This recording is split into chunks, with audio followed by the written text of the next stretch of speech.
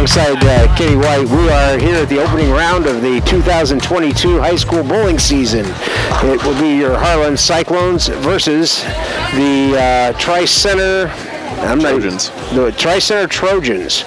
So we're finishing up our last of our practice shots here. We'll be doing the national anthem shortly. So your starting lineups for your Harlan varsity boys team, your leadoff bowlers Garrett Hilwick, Nathan Powell is second, Brayton Miller, Eric McCulley, Alex Gifford, and senior Andrew Anderson is your anchor bowler. On the Harlan varsity girls side, Cecilia Kurtz is your leadoff, Jessica Erickson is second, Andrea Reitveld, hopefully I said that right, is third, Haley Good fourth, Ivy Stevens fifth, and Cameron Springman is your senior anchor bowler for the Harlan varsity girls. Your Tri-Center boys lineup, Revan Bruck leads it off with Matt Stowe, Carson Hill, Harrison Bruck, Micah McCarty, and Braden Meyer.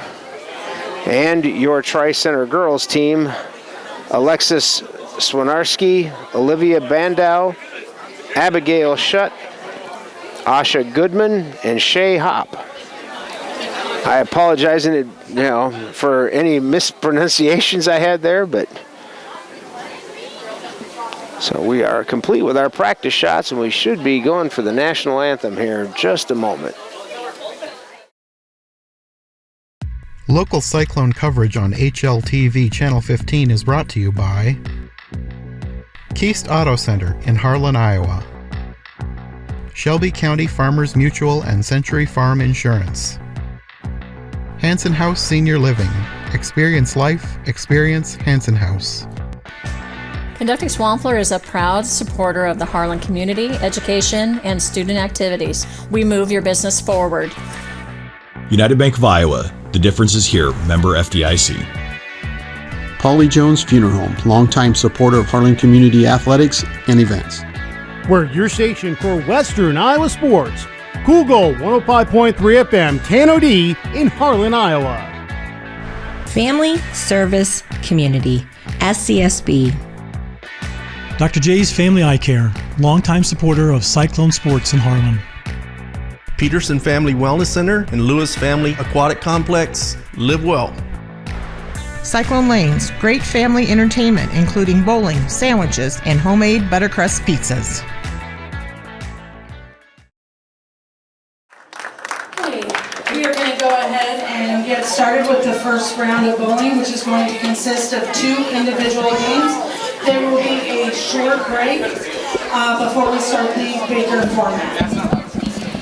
Bowlers, go ahead and hit the check marks. Good luck and good bowling. All right, and another season of Harlan High School bowling is underway. Senior Garrett Hilwick will be starting us off today as the leadoff bowler for the boys. Sophomore Cecilia Kurtz will be your leadoff on the girls. So I guess there's some new formats available that they can run these tournaments this year, but today will be the traditional format with 2 individual games followed by 5 Baker games. The low score of the 6 bowlers will be dropped after the 2-game mark. So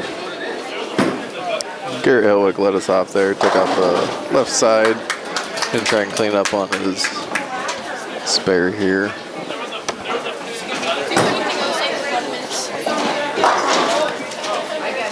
That was a little bit high for him, leaves the open, but Tri-Center obliged by matching our open in the first, so our first look at Nathan Powell, freshman. Over on the left lane there, this is Kurtz. Started off with the strike for her team.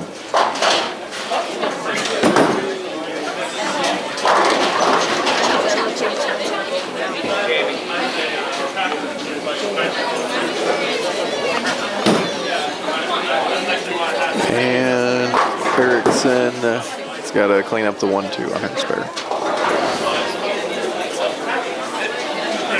Nathan Powell, unfortunately, cleaned out the gutter on his first throw. He's going to try and make up for that on the second one. Might have been a little freshman jitters there since it's his first competition shot that he's ever made. We got a few freshmen this year. 3 in a row, actually, on the boys' side. That's a much better shot.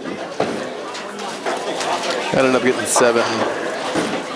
Cover a little bit there. Jessica misses the spare, but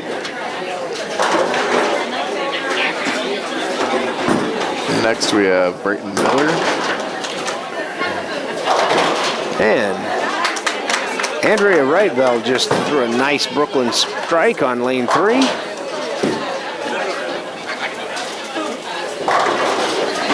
Miller takes out the right side, leaves 3 standing.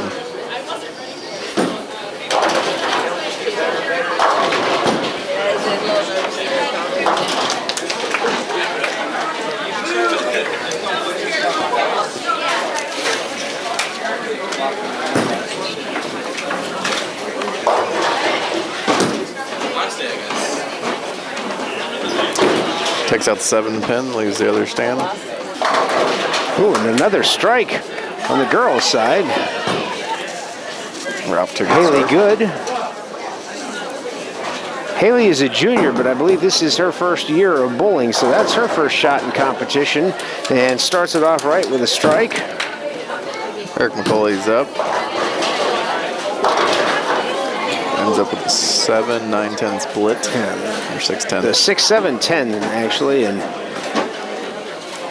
tough split, technically makeable, but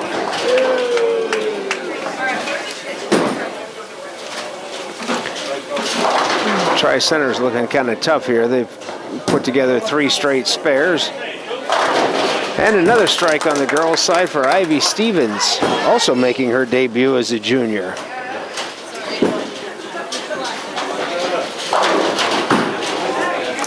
We got Alex Gifford over on the right lane here.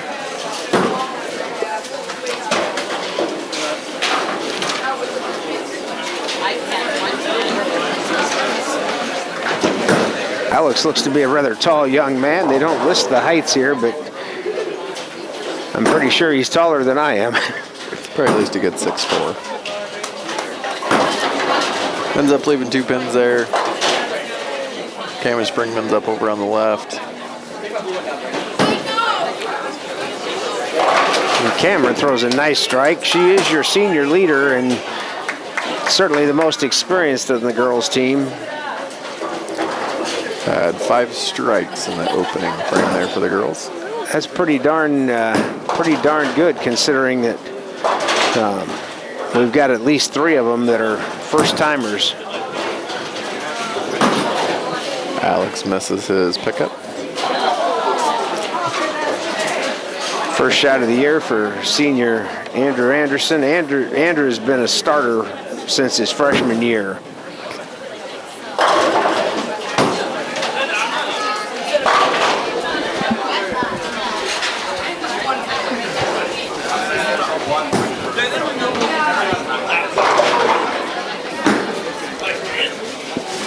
Little high, leaves a 3-9.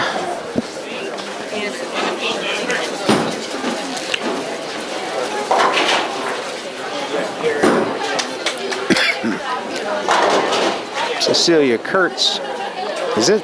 Yep. Cecilia. Cecilia's a sophomore, left-handed. So we keep our string of having at least one left-handed girl intact. Pretty good spare there from Andrew.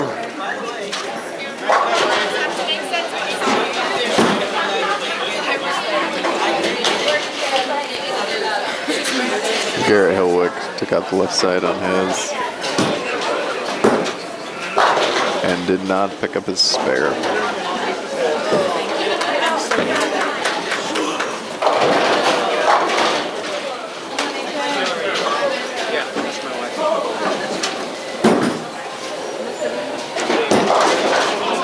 Pretty good shot from Cecilia, but ends up leaving the 5-pin. Takes out the left side, ends up leaving 5 pins there.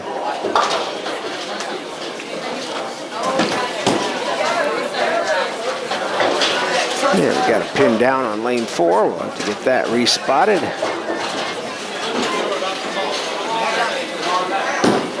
That's a pretty good looking shot from Nathan. Yeah, nice spare there.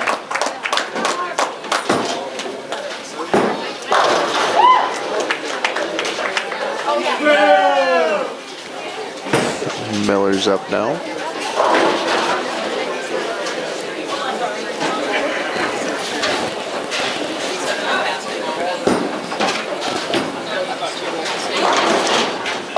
Does the same thing, takes out the left side. Gets 6.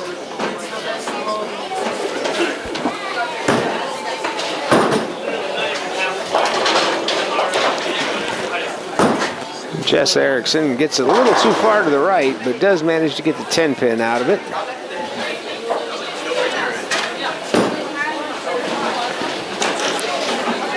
Miller misses his pickup.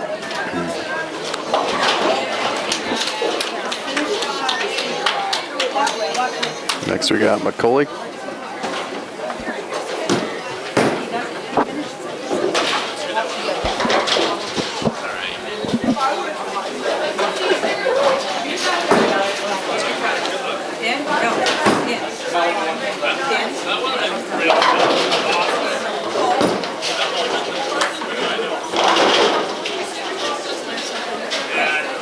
Eric catches the right side of the head pin. Pretty decent shot. Leaves just the 2-4-5. And Jessa miraculously comes up with a spare there. Little late pinfall. Didn't even see it herself, but ooh, not a great break for Tri-Center on lane 5, but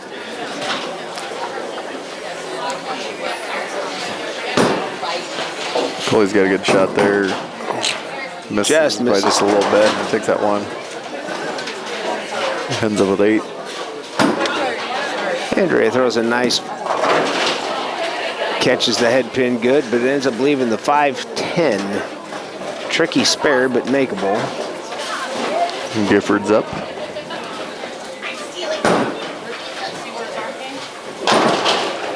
Takes out the left side, leaves 3 standing. 4. 1 height back there.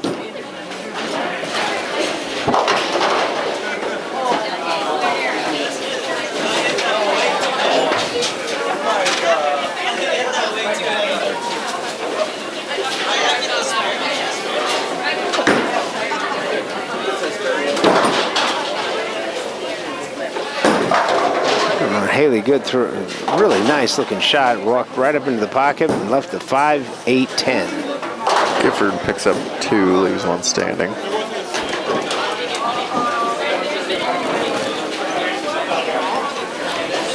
Right lane's throwing some challenges to the boys here.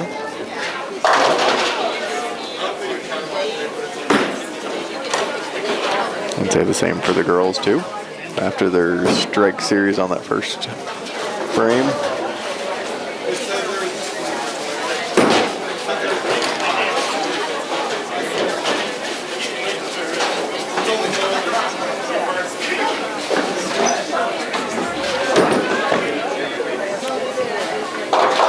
Pretty good try there from Haley Good. Just comes up a little short and misses the 10 pin. Andrew Anderson goes Brooklyn, leaves the 6-10 standing.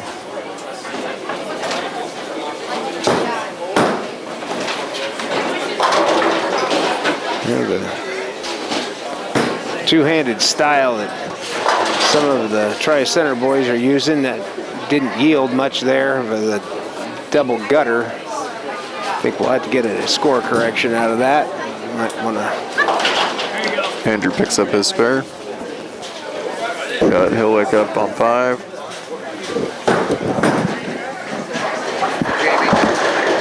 At the strike. Their anchor came out of the gutter on that. It's 0-0, not 0-1.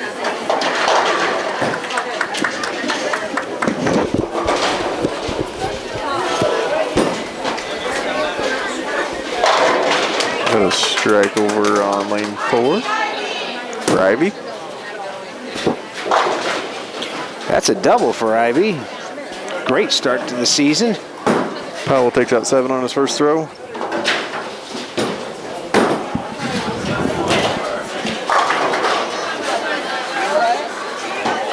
Jessa with a nice 9. Cameron comes up a little short, leaves the 1, 2, 8. 12, 13, 14, 14. Haley's in all 3 years.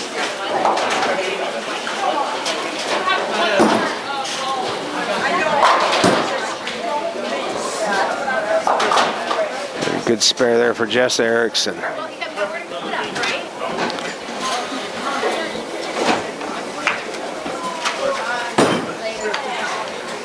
Looks like Cameron held on to that one a little too long, goes left.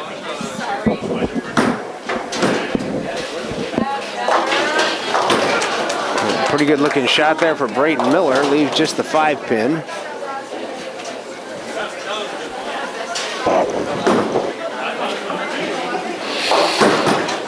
Andrea takes 8 on her first throw.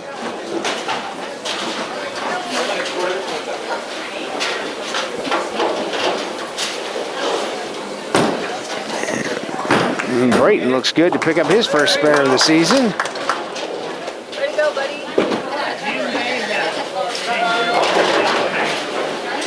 Andrea got 1 on her pickup.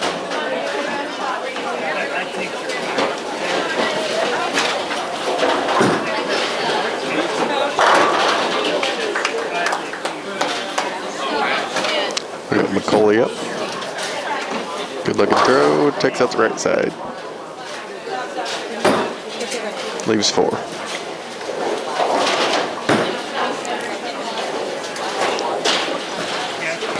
Haley loses it to the right a bit. Ends up leaving the 5 in the middle. The 1, 2, 5, 8, 9. Eric takes it wide, misses his pickup.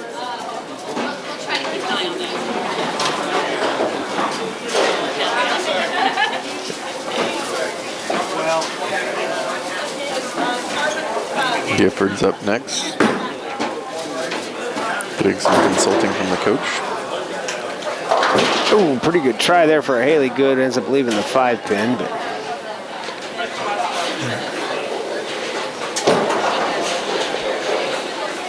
Ivy Stevens with a chance at the season's first turkey.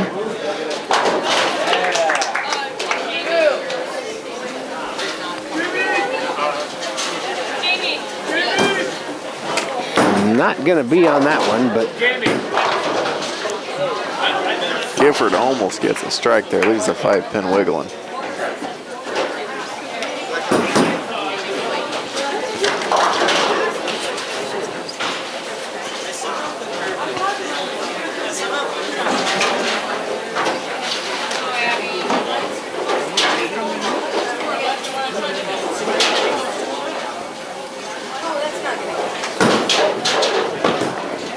going to be just a bit to the right.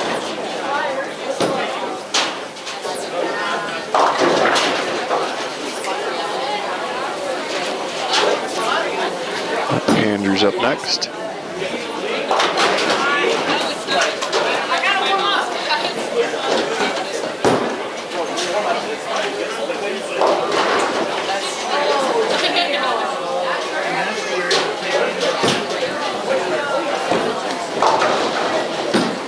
Picks up 7.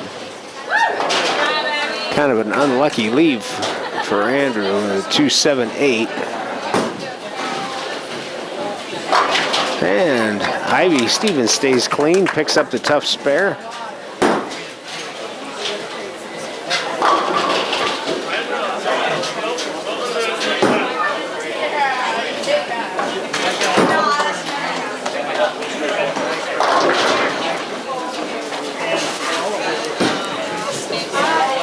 Gonna get just one of that.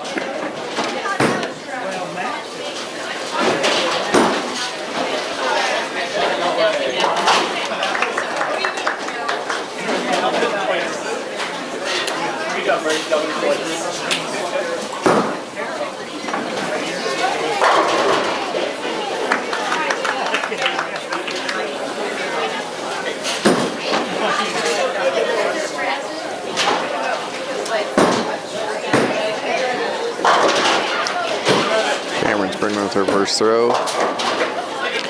Takes out the left side. Ends up getting 7. Makeable spare.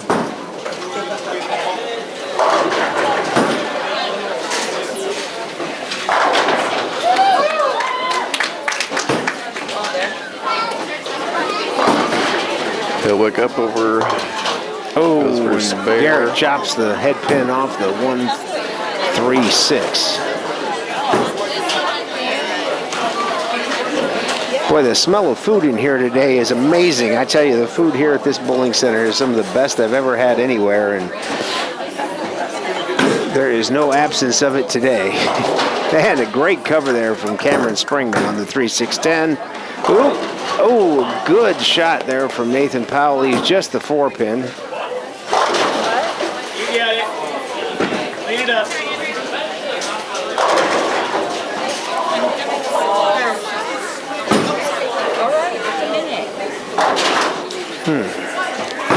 Cecilia Kurtz, the lefty, just ball doesn't pick up and hook. It takes out the left 4-7-8.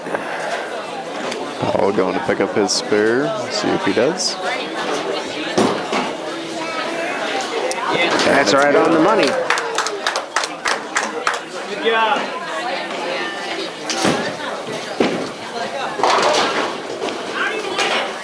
No pressure, no pressure.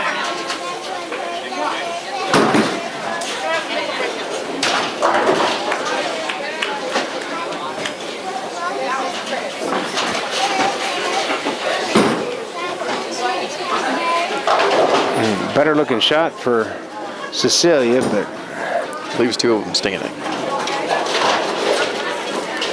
Great. First throw ends up leaving 5 pins.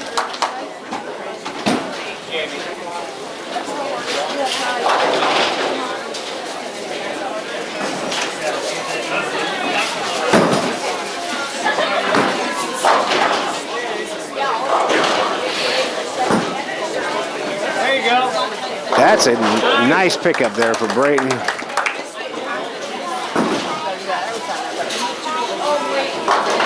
Jessica took out 5 wow. on the first throw.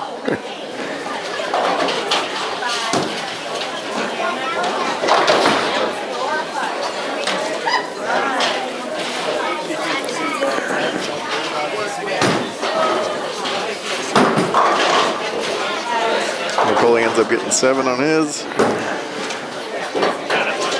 Got the 1-2-9 out there. We got a head pin down on lane 3. So.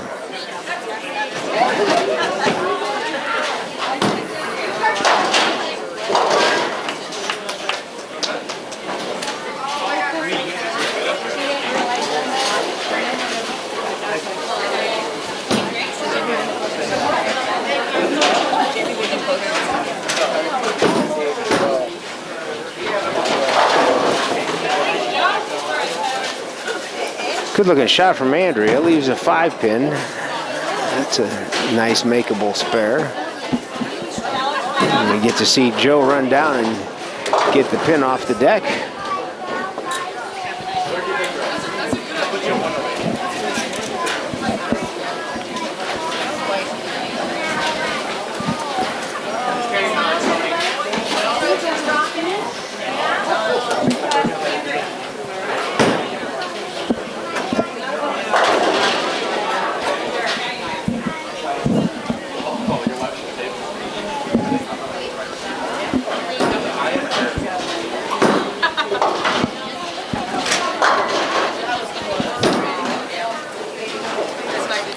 Great pickup for Andrea. Ooh, really good looking shot from Alex there. Leaves a 4-pin.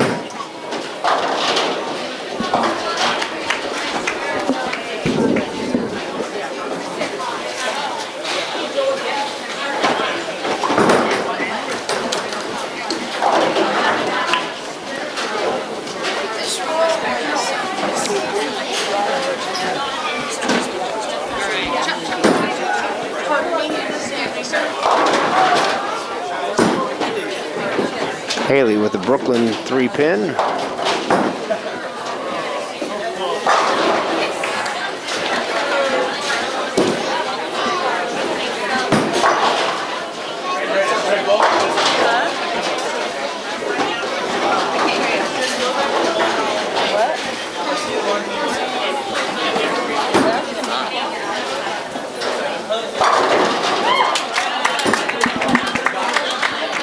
That's a better looking shot from Andrew. That was a nice strike. Oh, and so close. Haley just missed the 6-pin. Garrett with the strike on lane 5.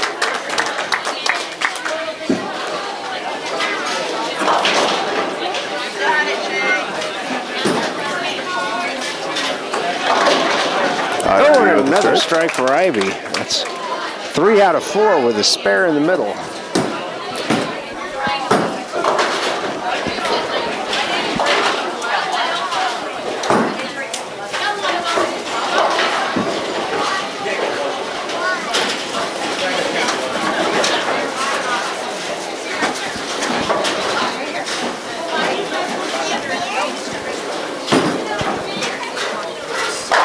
And Cameron with a nice strike.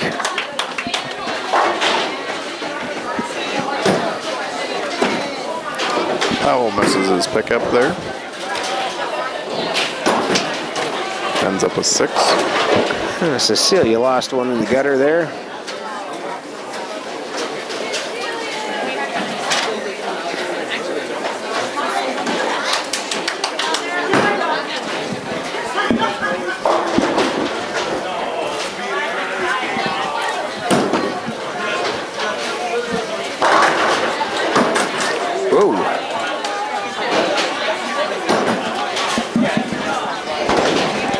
Miller takes out the right side there.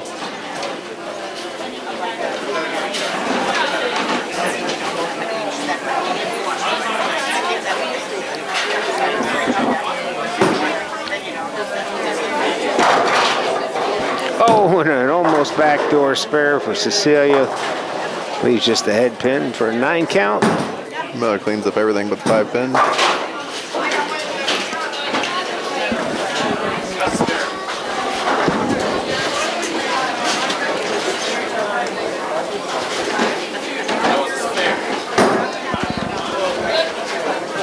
Oh, and a really good shot for Jess Erickson. Leaves 10 pin on that one.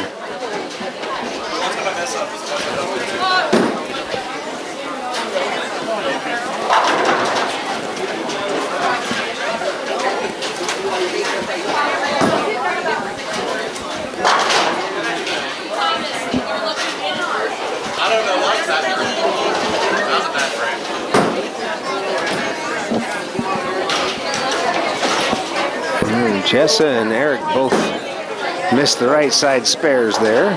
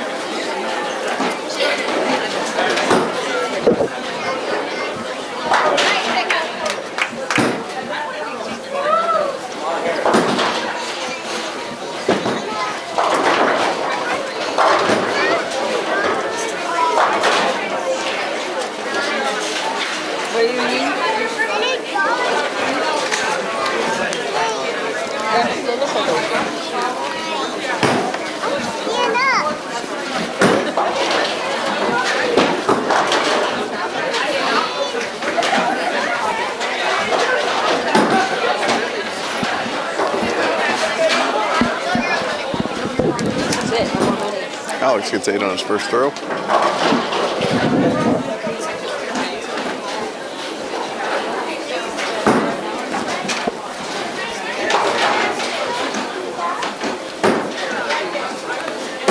Pretty shot from Haley Good, and that is in there for a big strike. Alex unfortunately misses his pickup. Andrew's up. Let's see if he can take advantage of that last strike with a double here.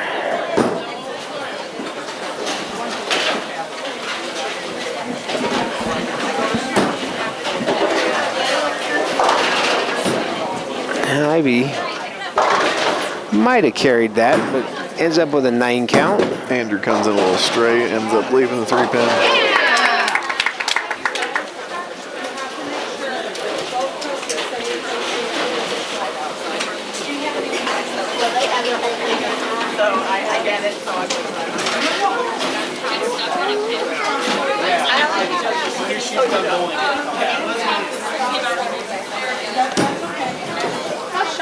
No, and Andrew misses the 3-pin.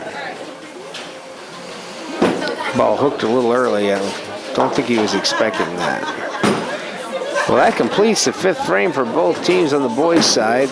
Right now, with all 6 bowlers counted, looks like Tri-Center's got just a little bit of a lead, about a 15-pin lead. But remember, we dropped the low series, the low 2-game series after the 2 games. So hard to tell at this point, but it is very close no matter how you look at it. The girls' side's a little trickier to see, since Tri-Center only has 5 bowlers here instead of the customary 6. So the scoreboard shows a big lead for Harlan, but it may not be as much as it looks, since Harlan will have to drop a score and Tri-Center won't. So.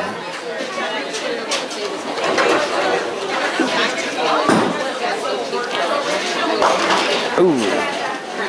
Dixon gets 4 on his pickup.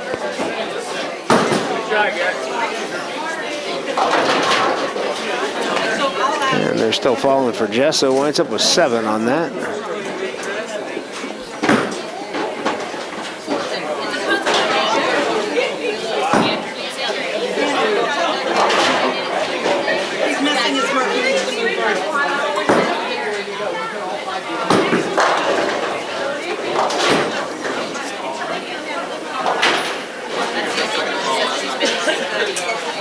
Good looking roll there for Cameron, but the ball doesn't hook as much as she's expecting it to, and ends up with the open. Another good spare for Jessa Erickson.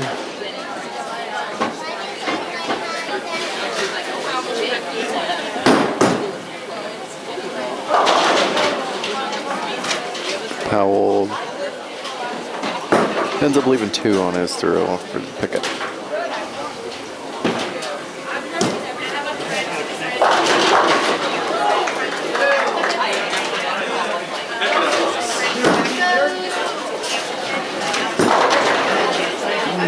Good throw from Andrea right down the middle, but ends up with a 5-10. Miller ends up getting 5.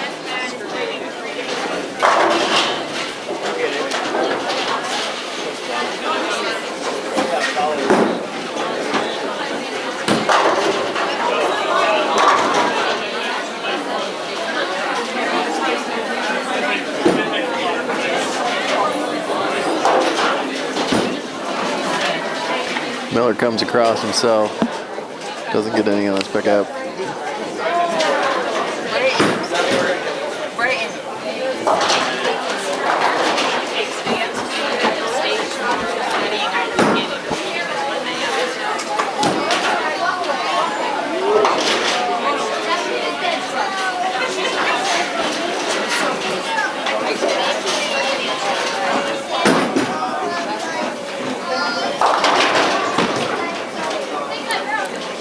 Haley goes through the nose, but gets a good break and leaves just the 6-pin.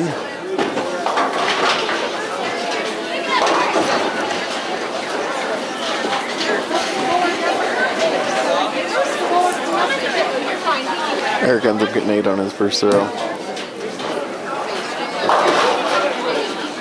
He's got the 1-5. Yeah, the unusual 1-5. Just left in the head pin. Haley with a nice spare on the 6-pin, and a good spare on the 1-5 for Eric.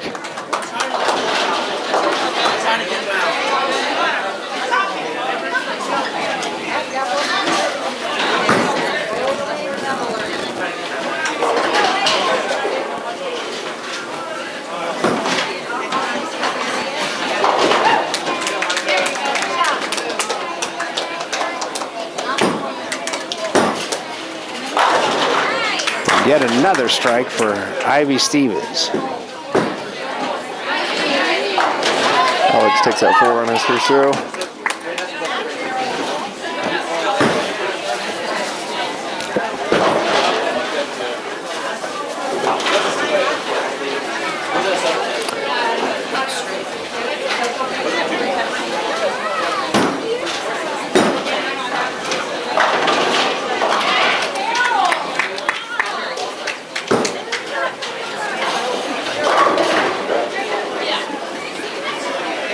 Ends up getting 4 more on his second throw. And Cameron with a nice Brooklyn strike. Looks like Tri-Center's Braden Meyer has abandoned the two-handed and gone back to the one-handed.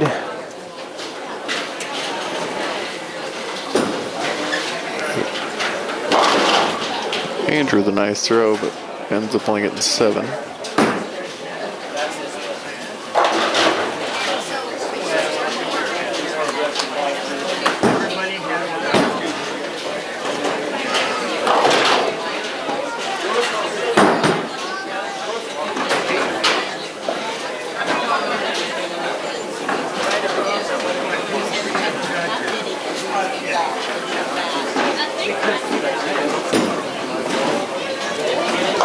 Oh, just chops off the 5 for Andrew.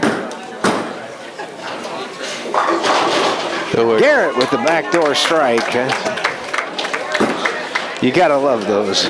Little luck.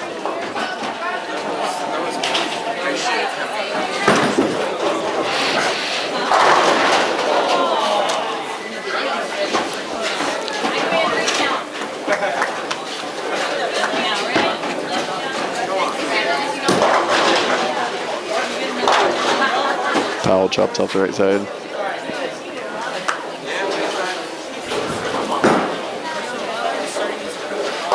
Got 5 pins to pick up.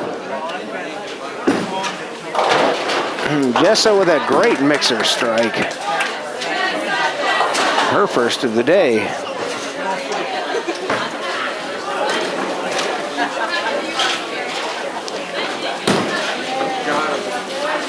Powell puts them all up.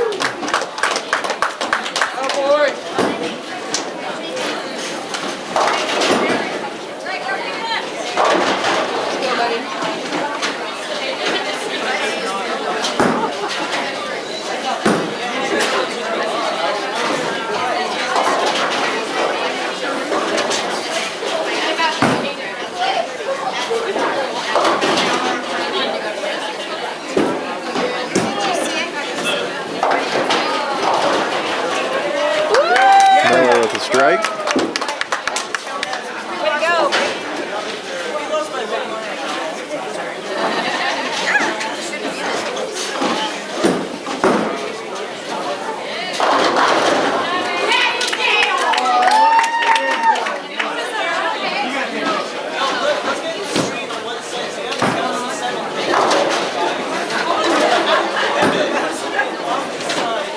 Macaulay gets 7 on his first throw.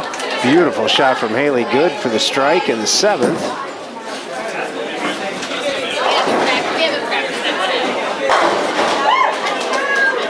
Jamie, see this one?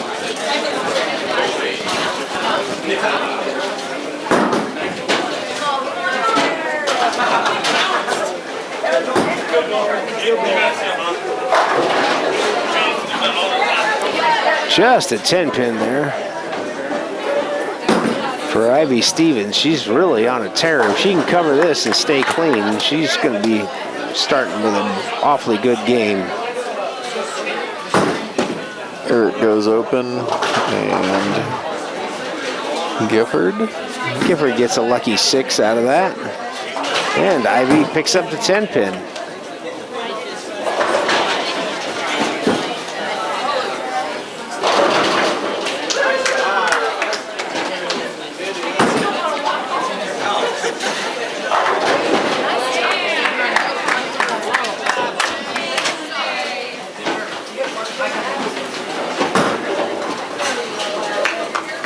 Gifford picks all his up.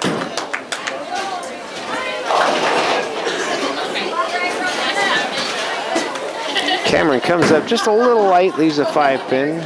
She looks like she's expecting the ball to hook more, and it's just not doing it today. Oh, and Cecilia through the nose for the big split.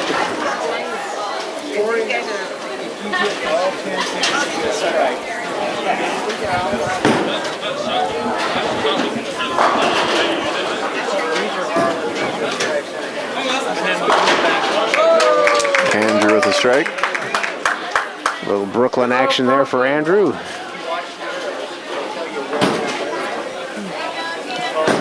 Good shot from Cameron. Pick up the spare.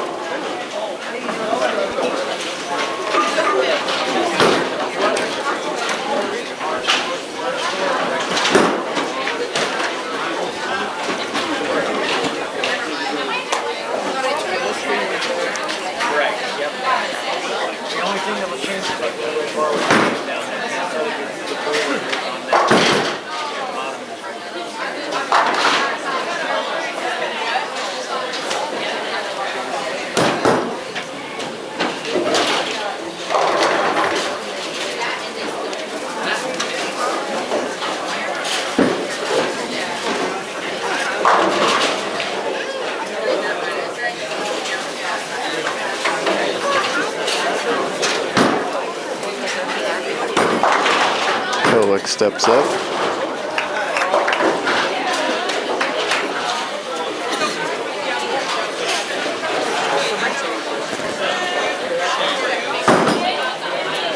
Good try here for Jessie.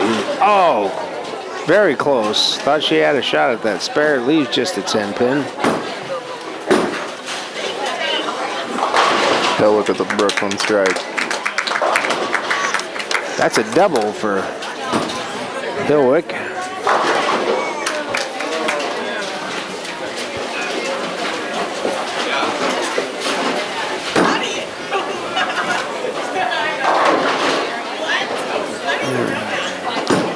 Andrea with a 5-10 split. Pocket hit on the Brooklyn side. Hey, there's another strike for Powell. Yeah, that's his first. All right, Brady, see one, get one, right? See one, get one, right?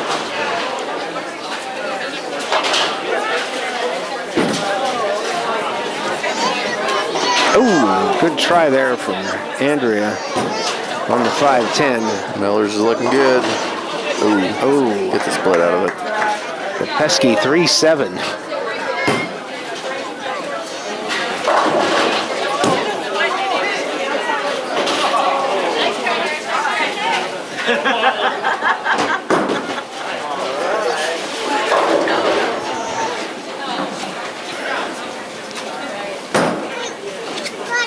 Haley Good goes Brooklyn, carries the strike. That's a double for her.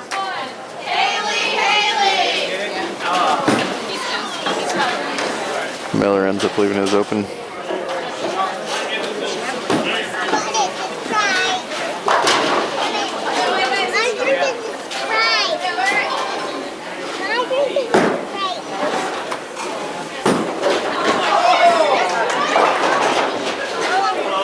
Kind of a bad break for Ivy Stevens there. Leaves the 9-10 split. Certainly makeable, but she's going to have to put the ball right between them and hit both pins with the ball. Coley gets 6 on his first.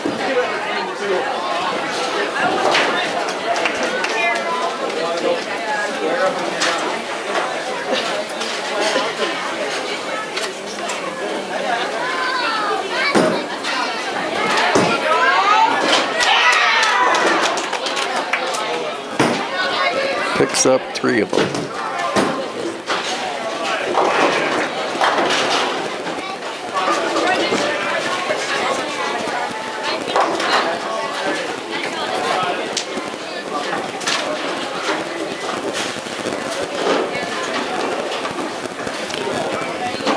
So Ivy picks up the 9-10 spare. Stays clean for the game. Gifford gets 6 on his first throw.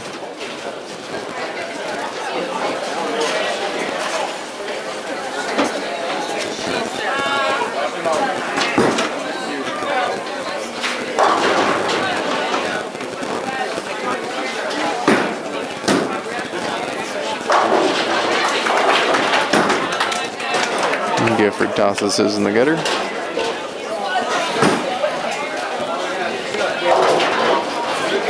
Cameron comes up just light again, leaves the 2-8.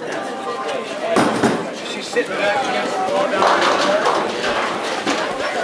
Billick ends up with 8.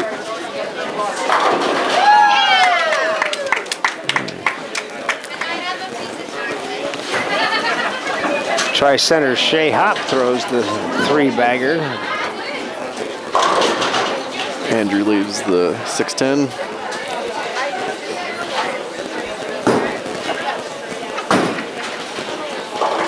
Billick for the pickup.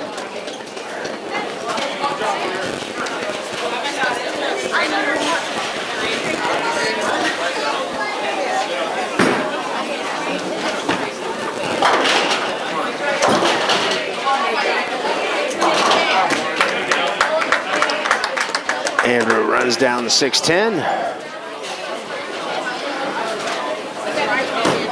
Powell going for another strike. Takes out the right side. Clean it up. Cameron goes wide, leaves her stand. Yeah, her reaction on that would lead you to think she did something she didn't mean to do.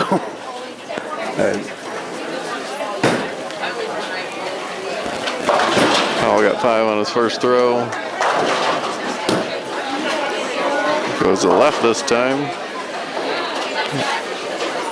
Ends up with 3.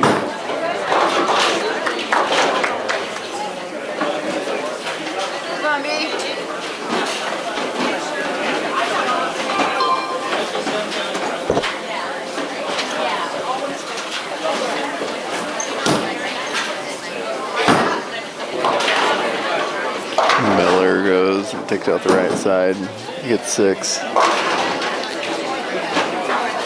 Well, Jess ends up with a split, but it could have been a lot worse if the 10-pin had stood. So she's got a decent shot at this one. Then on the left side, and the baby split.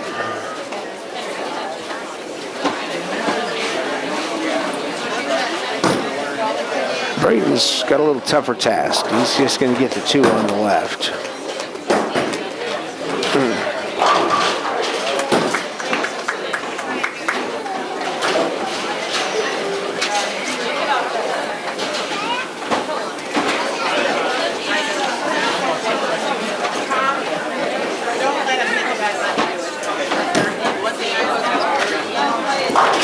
Takes out the right side, ends up getting 6. Had a chance there, Andrea. Leaves just a 10-pin.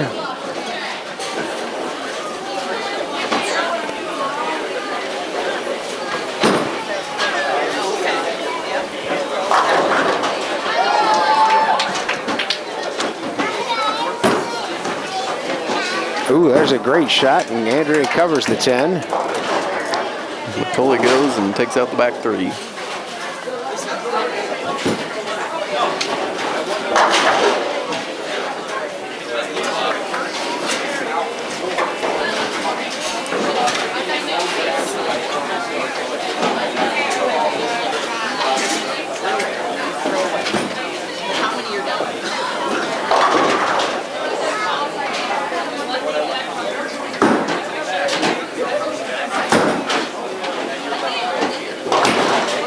Gifford ends up with 7 on his first 8.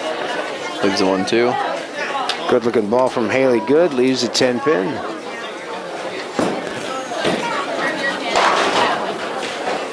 Gifford's reaction might have a finger stick there.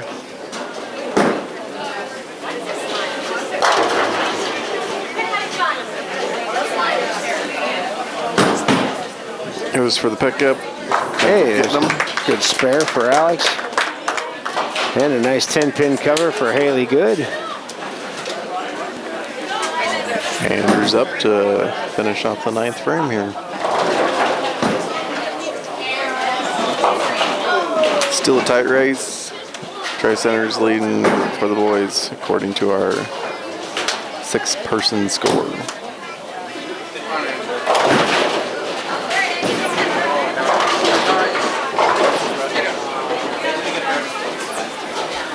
$2.45 for Andrew. He's just looks like he's got not enough hook on the left lane and a little too much on the right lane. He's going to have to play him different and get lined up going into game 2.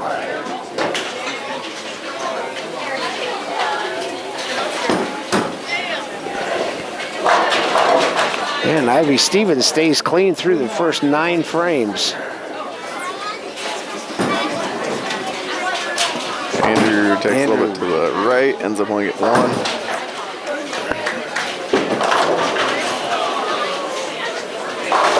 And Shea's streak ends at 3 for Tri-Center. Cameron pulls it, but gets it Brooklyn out of the deal, so.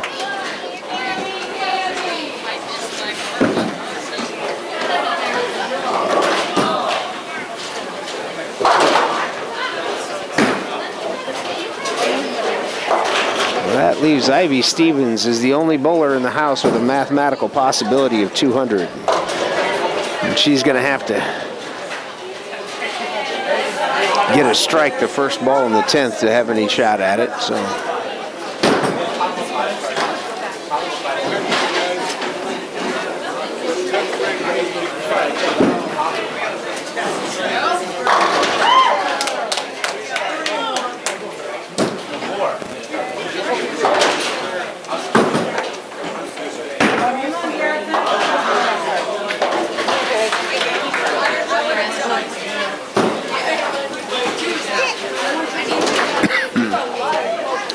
He'll look up in the 10th frame here.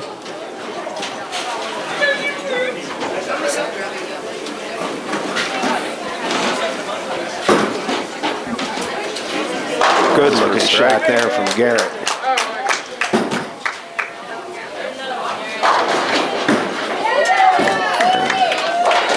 Interesting carry there for Cecilia, but we will take it.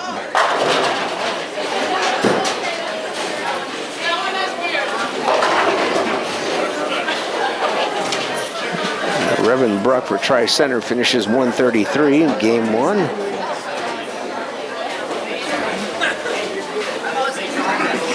Alexis Swarinski finishes with a 63 on the girls' side for Tri-Center. What a double there for Cecilia.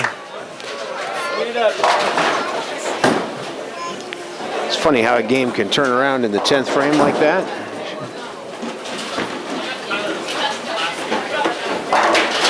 Alex got to pick up 3 here. 4.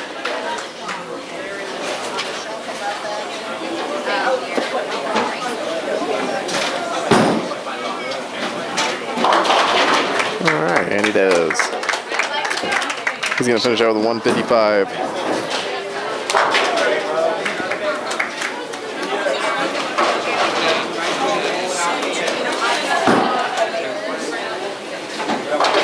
Cecilia ends up with a 113. Always feels better to break 100, and she did what she had to do in the 10th to do that.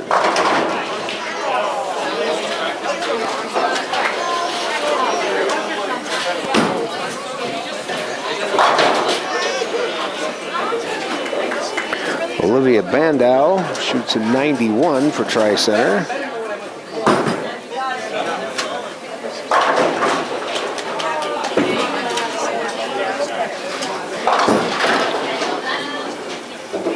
We had Matt with a 150 for Tri-Center. Matt Stowe with a 150.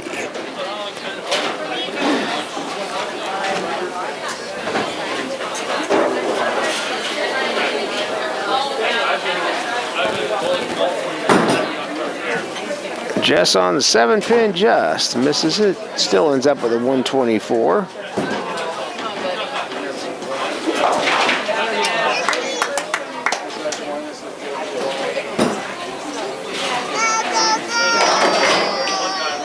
Miller gets 9 on his first throw. Couple late falls. So Nathan Powell ended up with a 116.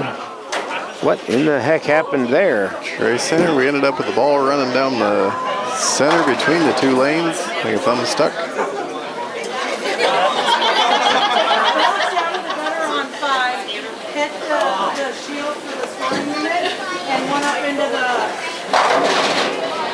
Boy, I would love to see the replay on that. I was looking down at the score sheet. I can't even imagine. Hopefully nothing got damaged down there.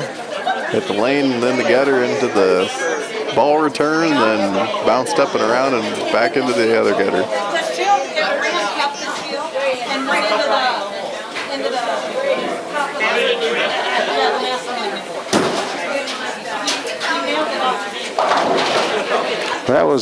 That was a crazy deal right there.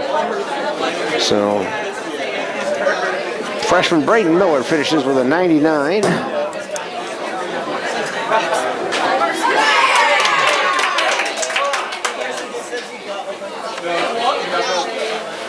Andrea picks up their spare.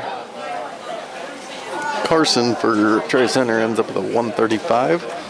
Well, I think that's going to get changed because I think he got a pin there that's going to come off. So it's probably, well, we'll just wait and see what's happening because it's not letting me remove the throw.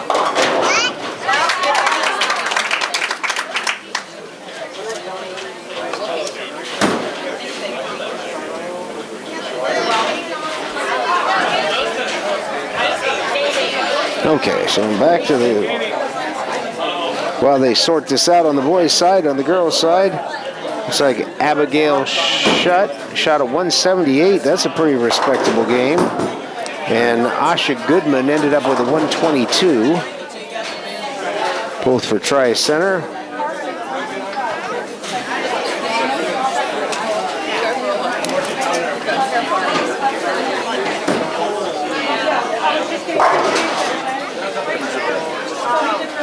Andrea ended up with a 137.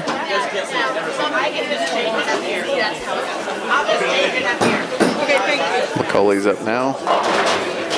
Okay. 7 on his first throw. Haley misses the single pin, but still shoots a respectable 163.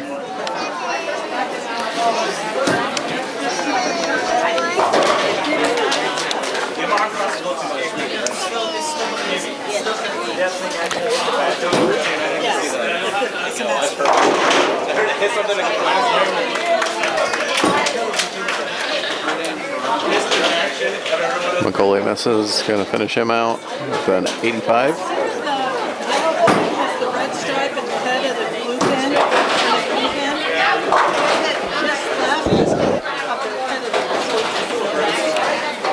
And Shea Hop finishes out with a 165 for Tri-Center.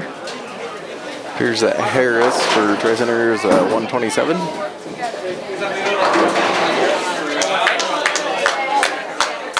Gifford with the nice strike there to start out the 10th.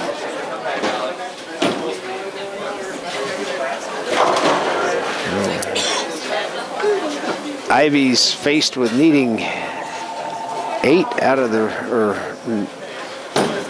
she needs 6 of these in order to break 200, and she got them. That's going to be an even 200.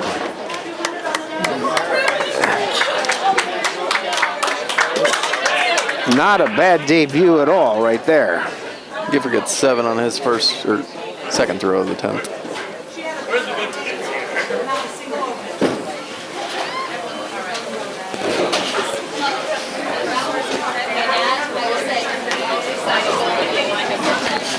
Micah McCarthy finishes 113 for Tri-Center. Gifford sneaks one out. That'll finish him off. He ends up with a 110. 110.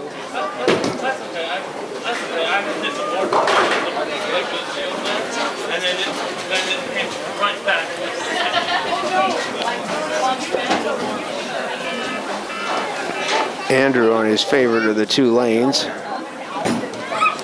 Looks like for the boys we're going to be dropping off McCauley's 85. Pretty good looking shot, but leaves a soft 10. Cameron Springman, meanwhile, leaves a 5 pin. She's still got a possible 160 with a spare and a strike. That's going to have to hook. It didn't. She's going to finish out with a 148. 10 pin, so it's a 148. Cameron starts the season with a 148. That's a pretty good performance on the girls' side. Hard to tell with what score is going to get dropped later, but they've got a pretty commanding lead after game one. Braden Meyer ends up with a 74 for Tri-Center. 74 for Tri-Center. And 6-person team of 731. Andrew ends up getting 8 there on his next throw. 143, and Harlan ends up with a 708. So that is a very close match, but right now the drop score is also close. We'll just have to see what happens after game 2. So need a few more spares and need to get Andrew going a little bit. And so that completes game 1. We'll have another game just like that one before we head into our Baker format.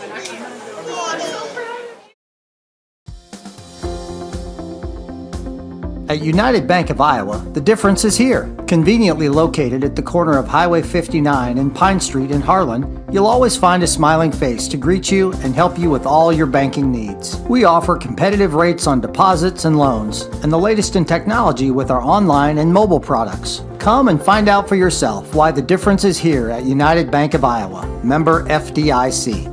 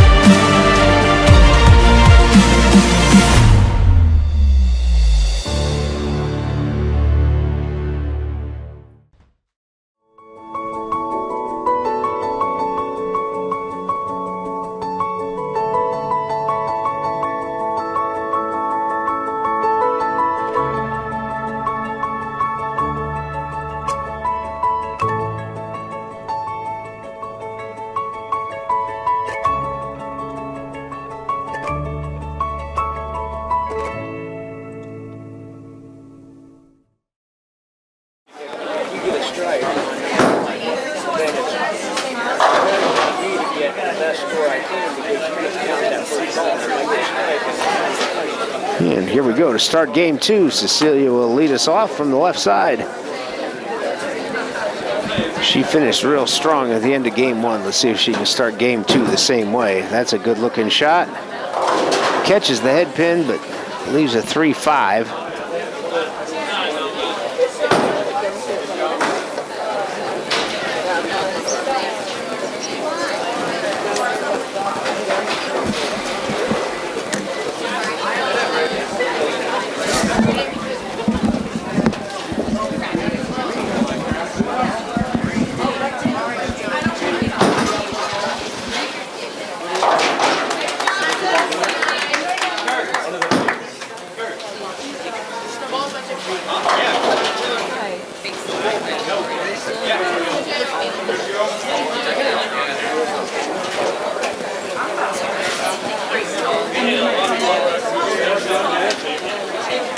Cecilia picks up the spare.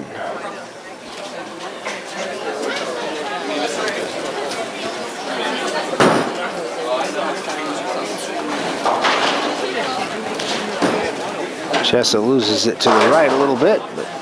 Elwick steps up for his first throw.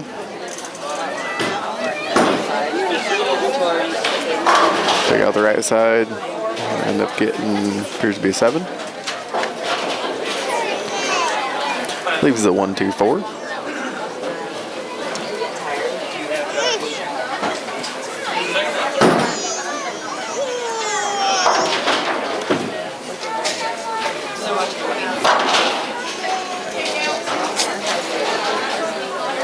Spill your words. Sure did. Garrett ends up picking up 2 of those.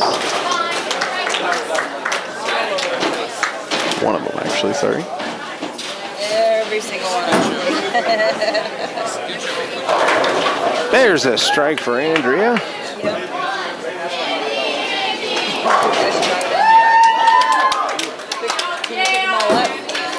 Powell's up on 6.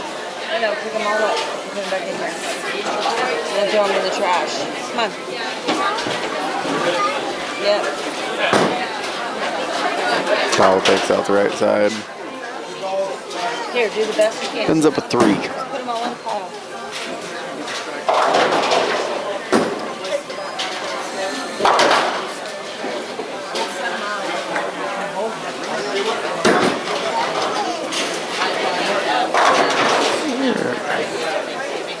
Haley misses a bit right, but leaves a makeable 1-2-4.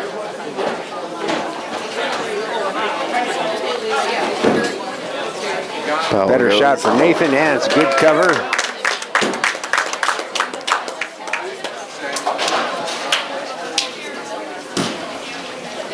Miller's up.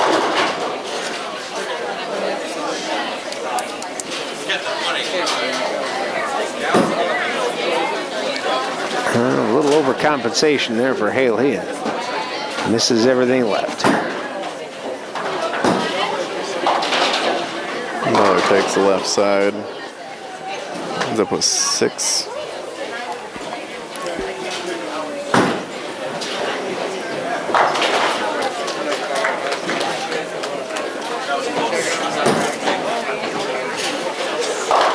And Ivy Stevens starts out with a strike after finishing game 1 with a 200 game.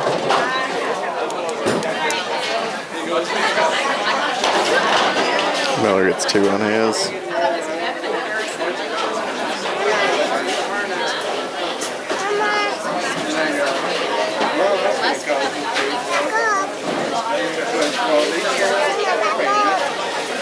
Hey, you didn't put them all in.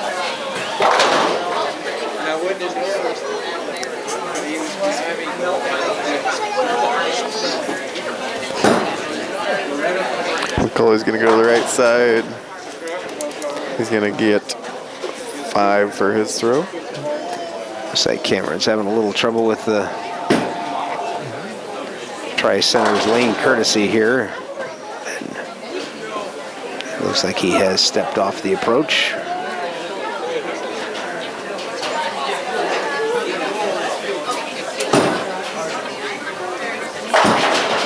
Goes Brooklyn, leaves a 5-9. Coley goes left, gets 3 out of his. 2.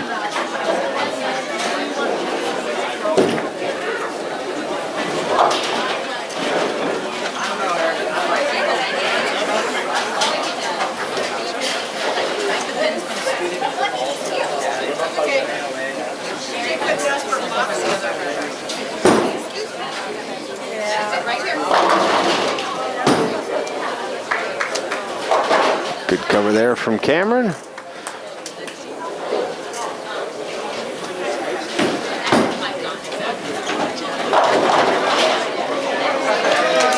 Cecilia looked like she was going to get that and ended up leaving just the 8-pin.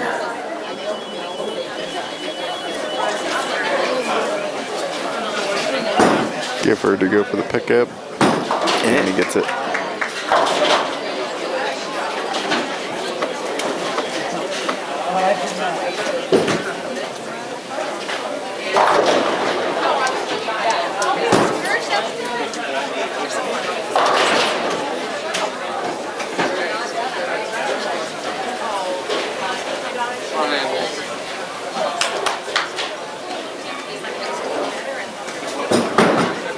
Looks like Andrew Anderson has changed balls from game 1. Comes up light, leaves the 1-2-8.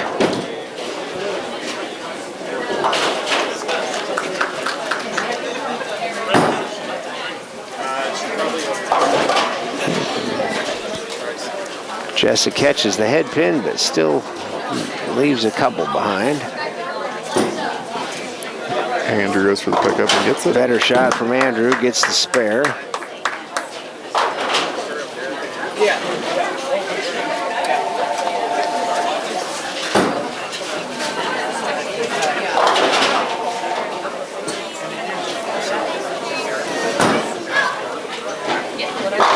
Hillwick gets 9 on his.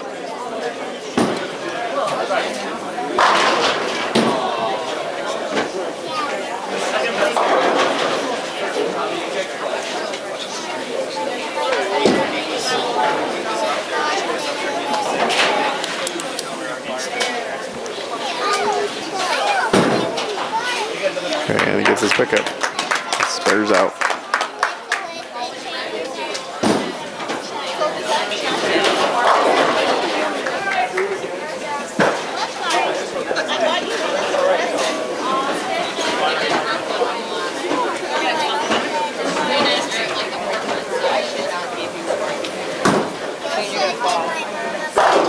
Pretty good shot from Nathan there.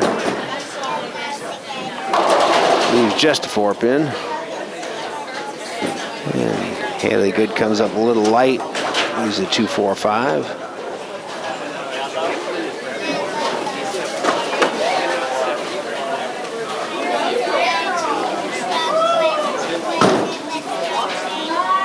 And just clips it. That's back-to-back spares for Nathan Powell. Oh, and Haley just chops it off and leaves the 4-pin.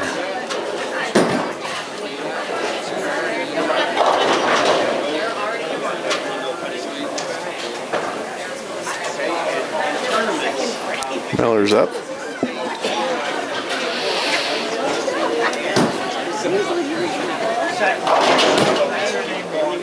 Miller goes wide, dumps it off into the gutter. And Ivy throws probably her worst shot of the day.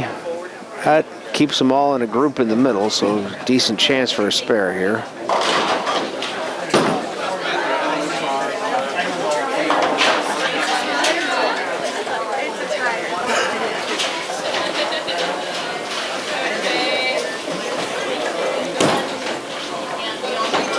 Goes to the left this time. Takes out 3, it appears to be. 4, he gets 4.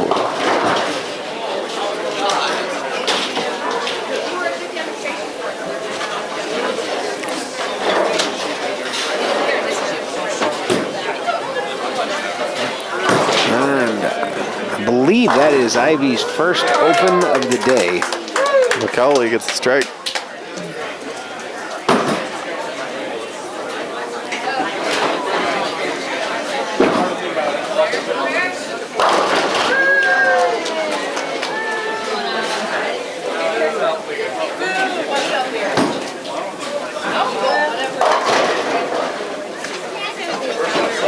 Interesting shot from Cameron. Looked pretty good going down, but ended up high.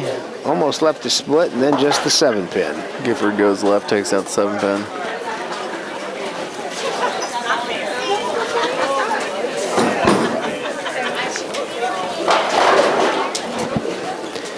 Cecilia's shot, she's got a really nice form. That ball looked good right until the end, and it just didn't hook.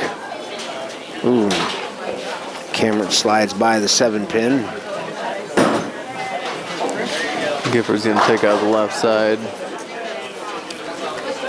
Ends up getting 6 more.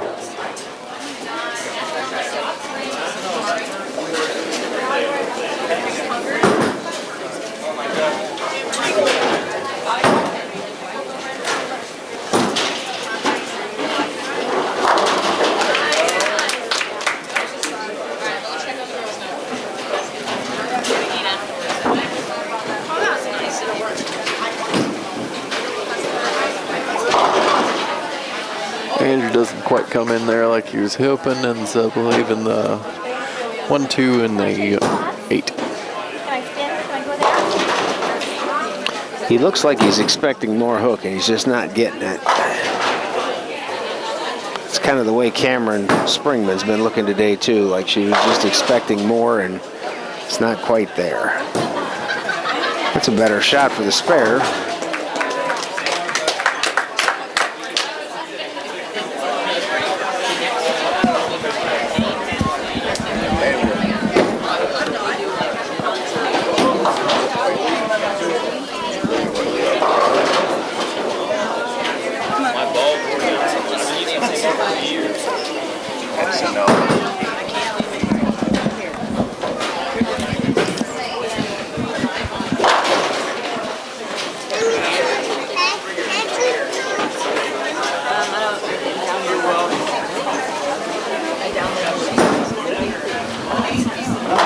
Quarter if you strike.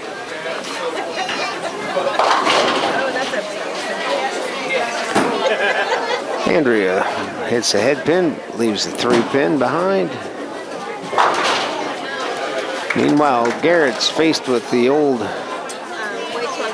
8-10 is what's left. The scoring unit says it got 5, so I'm not sure what all happened there, but we're going to either need a score correction. Oh, and Andrea just slides by the 6 pin, or 3 pin rather. We'll get this sorted out over here with Garrett. And the crowd is saying that he actually got 8, so they're going to fix the scoreboard there. But unfortunately, the 2 he left are really hard to get. So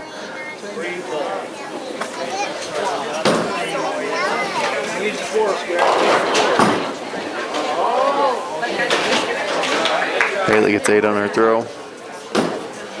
Hillick leaves his 2 standing.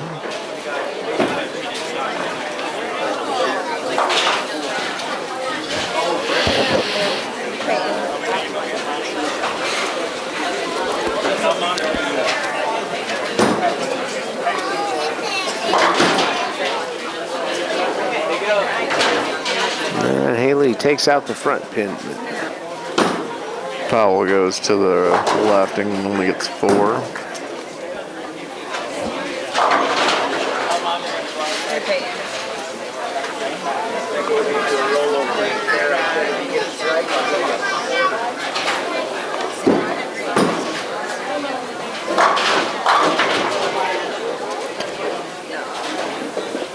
Heavy comes up light, leaves the 1-2-4.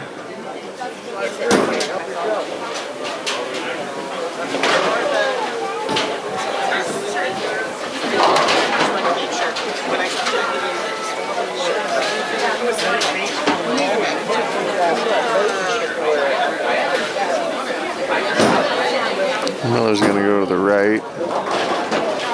Ends up getting 6 of them. Little pin action on the backside. Got him more than he was thinking he was going to get.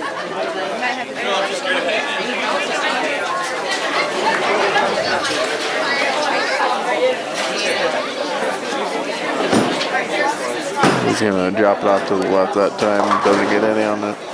Cameron goes right through the nose. 6, 7, 10.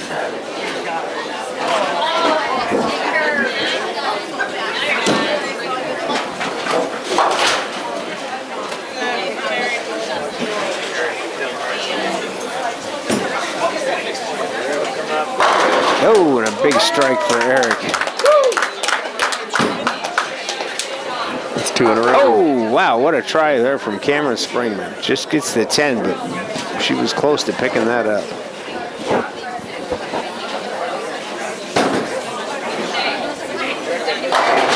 Cecilia crosses over for the strike.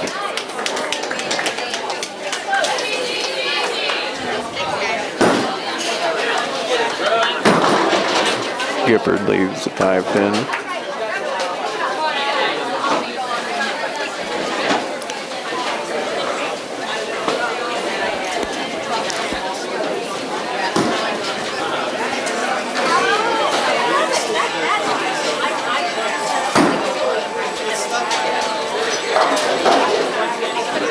Oh, and a big split for Jessa Erickson. Gifford misses his 5 pin.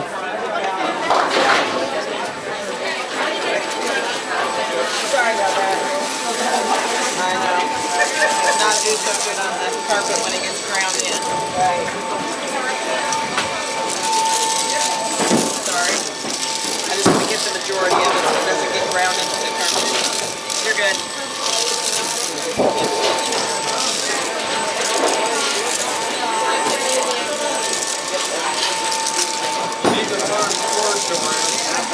Oh, that's a better roll from Andrew. Andrew, he got some hook back out of it. Goes Brooklyn, carries the strike. Looks like he slowed that one down a little bit and might have something he can work with from there.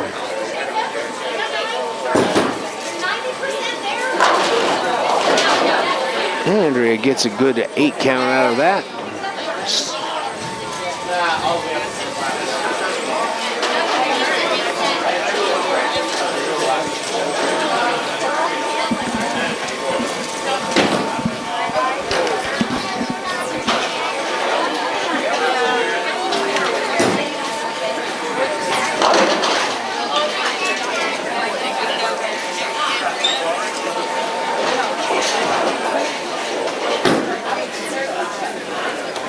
And good spare there for Andrea.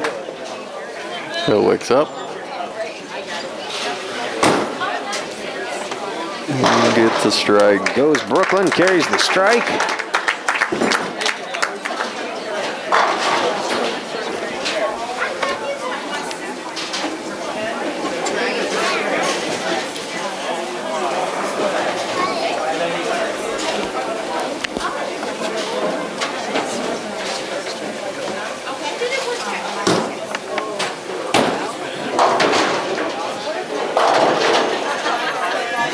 Good goes Brooklyn, does not get the strike, leaves just the 6 pin. Powell's got to pick up a 1-2.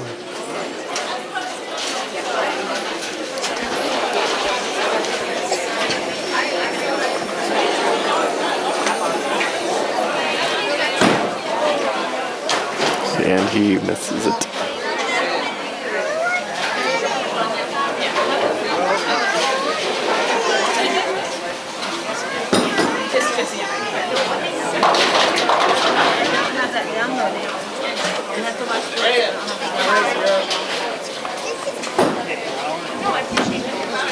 Yeah, great spare there for Haley.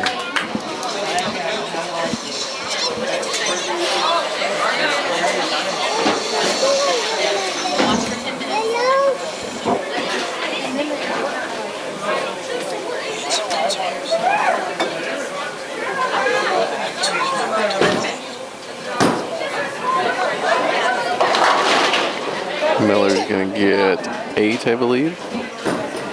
That's 1-2, same as what Powell had before. You got it. Ivy misses left, leaves the 1-3-6-10.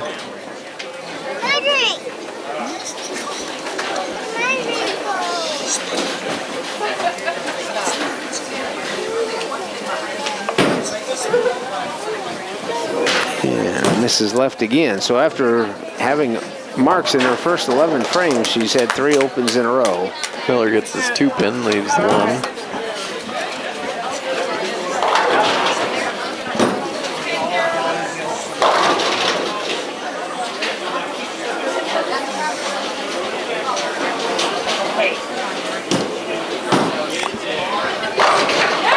McCauley takes out 9. It was a pretty good looking shot for Eric. He was going for a 3-bagger there. Just leaves the 10 pin. Cameron Springman goes high, leaves a 6 pin.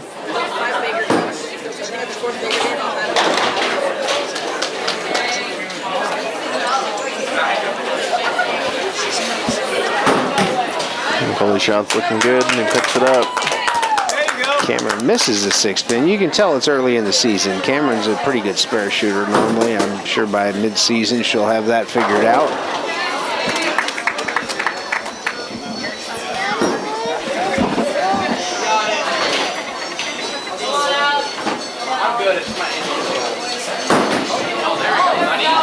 Gifford's got a nice looking shot. Ends up leaving the 9-pin stand.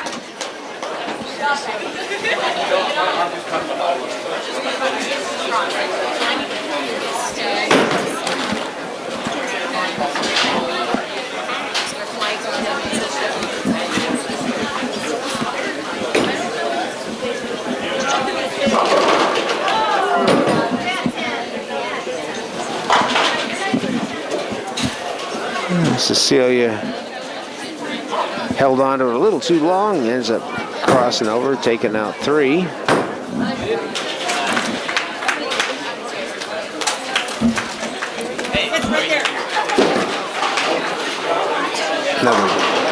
Another chance for Andrew to pick up his first double of the day.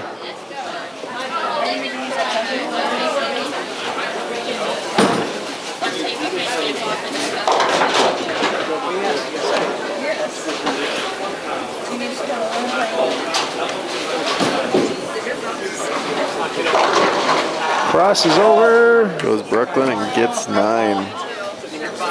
Leaves a 6-pin stand.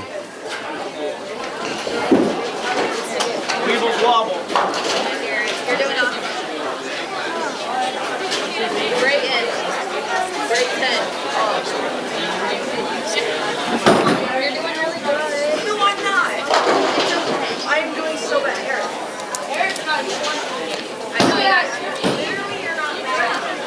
Andrew's pickup is good. All right. And Andrew stays clean for the game. That's encouraging. Hillick's getting ready here.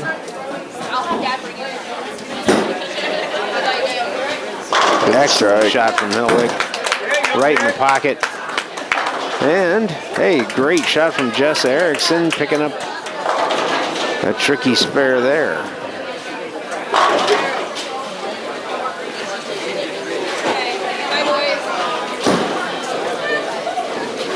Foul throw, strike.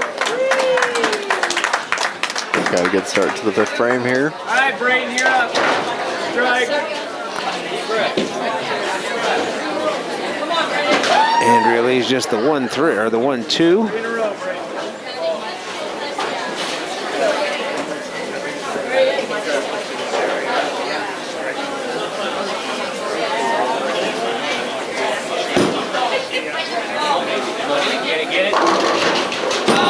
Ends up getting 9. Nice try. Got the 4-pin still standing out there.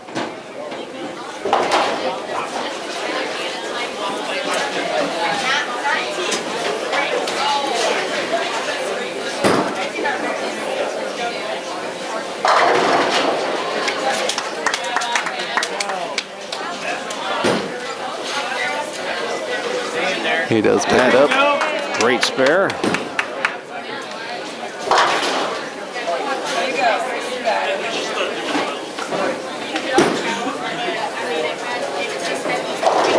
And Haley's shot comes up light. There's a 2-4-5. McCullough's going to go left side. Get 7.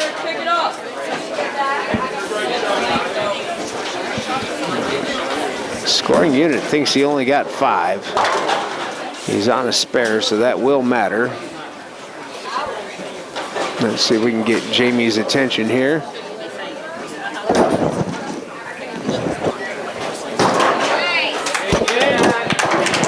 And good spare there, but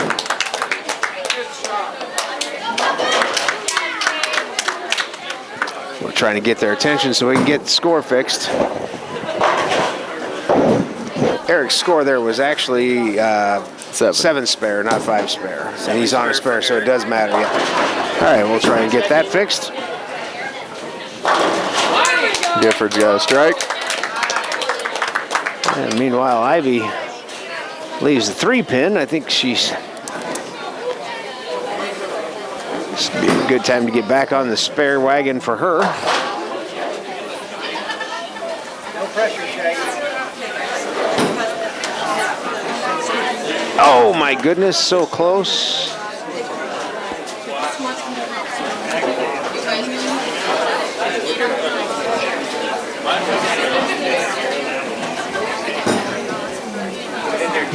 That's a good looking shot for Andrew Anderson. I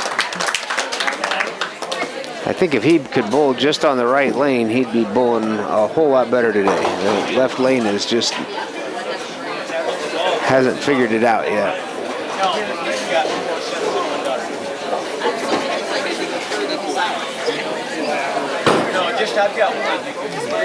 Better shot from Cecilia and picks up the spare. You want your quarter or you want another roll-up?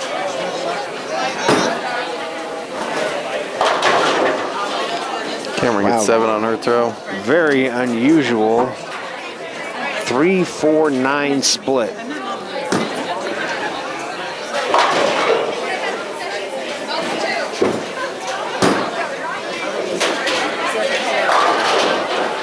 Oh, and Jessa gets the roll backwards, leaves just the head pin.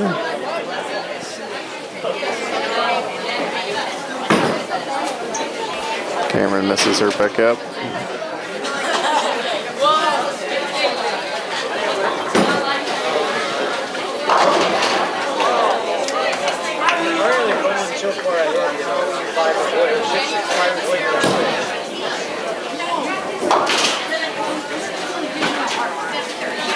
What's a pretty good looking frame there in the 5th. We got 4 strikes, a 9 spare, and a 7 spare for the boys.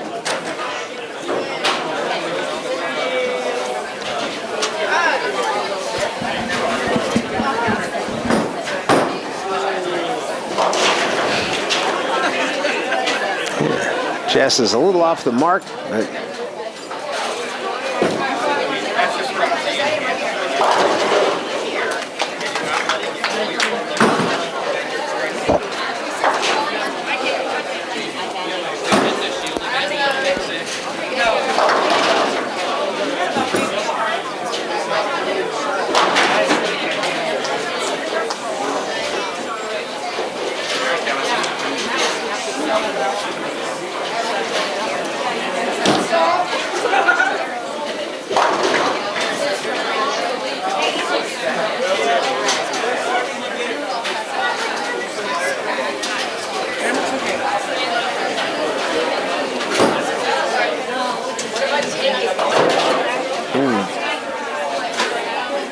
Andrea leaves a 9 behind. Sorry,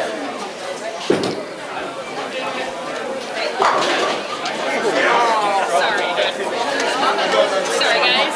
Chippity chop.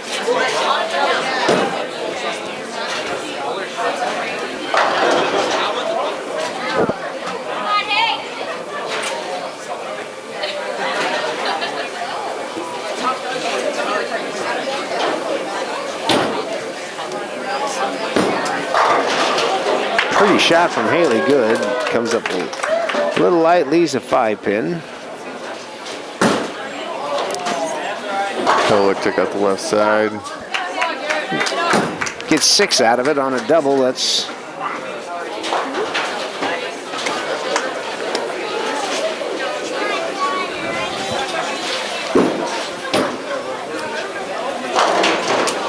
nice spare for Haley.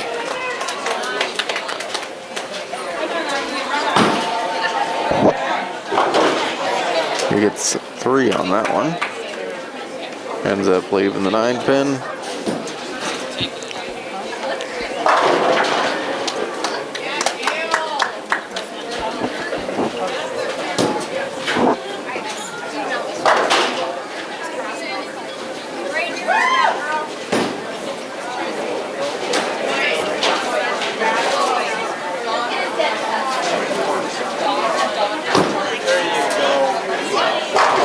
Great shot from Nathan Powell. 2 in a row for him. Putting together a lot better game in this series.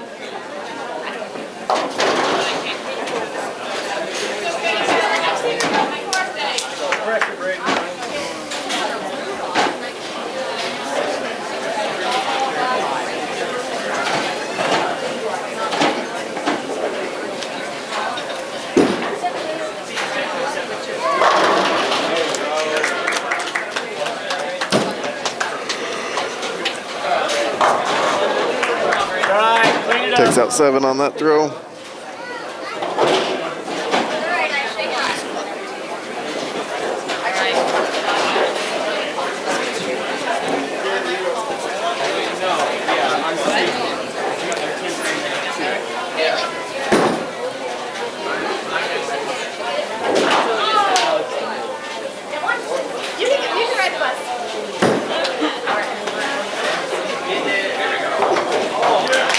Miller picks up his spare.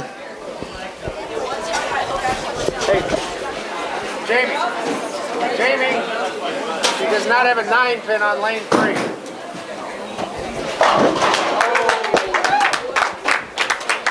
3. And we got a 9-pin missing on lane 3. We'll have to get that reset.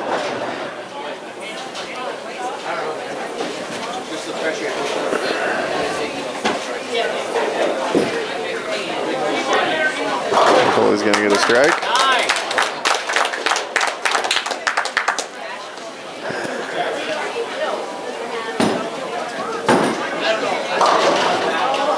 Powell gets 7 on his throw.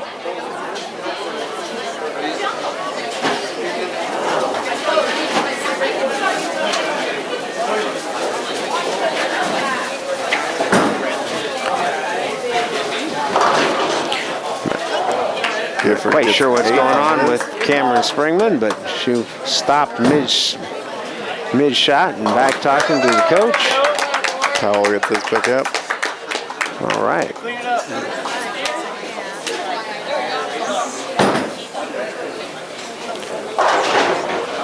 Cecilia comes up light. I think it was the 136.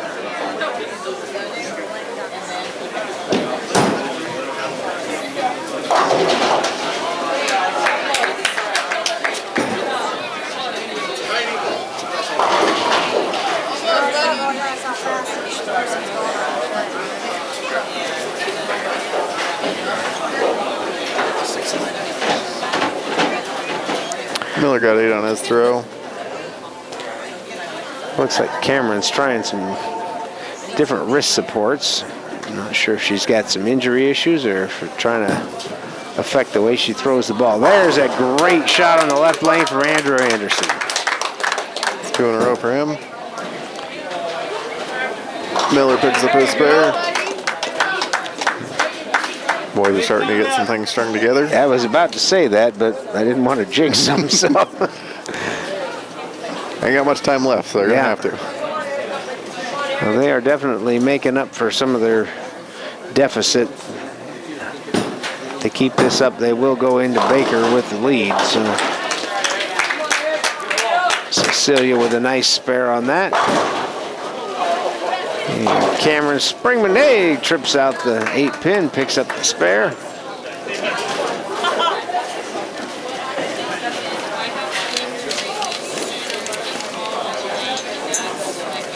McCully got 8 on his first throw. Misses his pickup.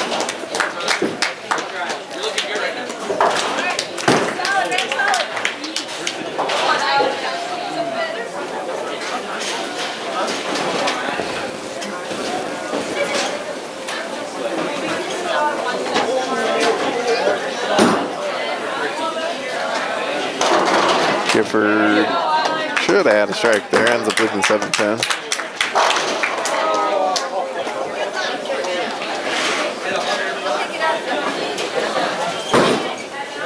There's a better recovery for Jessa. Ends up with 8 for the frame.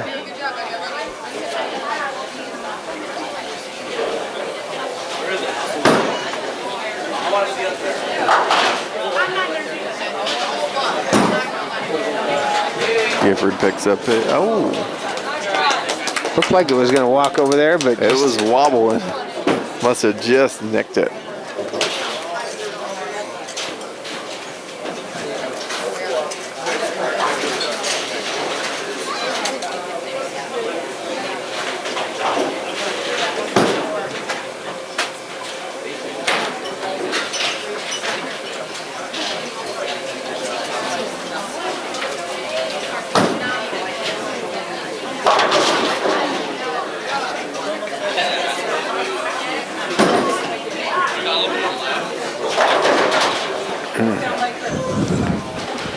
Andrea leads the 5-10. I think she's had that about 3 times today. I think Andrew might be waiting a little bit here to get the boys even back out. They've been messed up a little bit.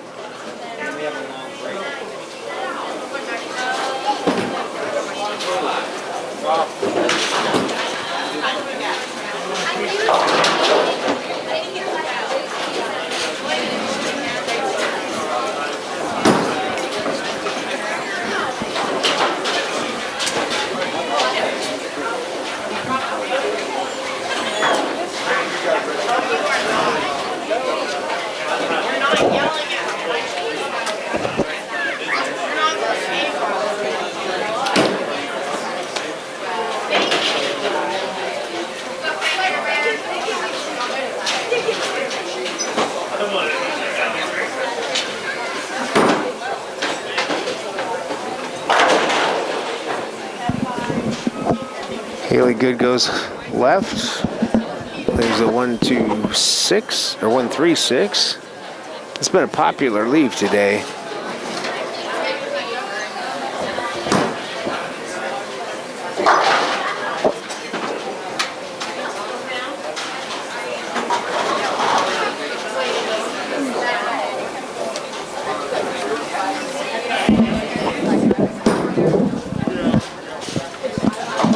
And gets 2 of them.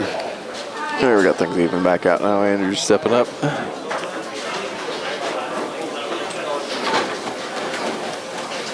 Big shot here. Finally got his first double of the day. Good chance at a three-bagger. He's on his favorite lane. Looks pretty. And buries it. That's the kind of shot you expect from your senior. And there's the Ivies back on the strike wagon.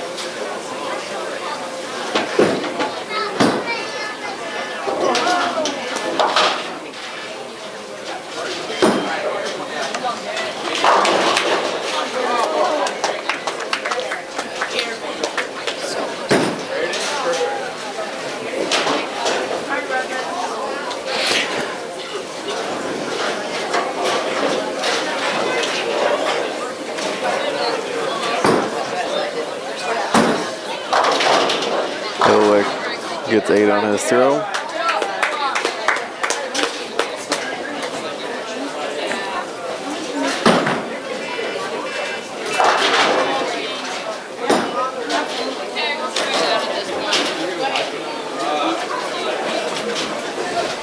There have been plenty of gutter balls today from both sides. I don't think Joe's going to need to clean the gutters tonight. Hillick picks up 1.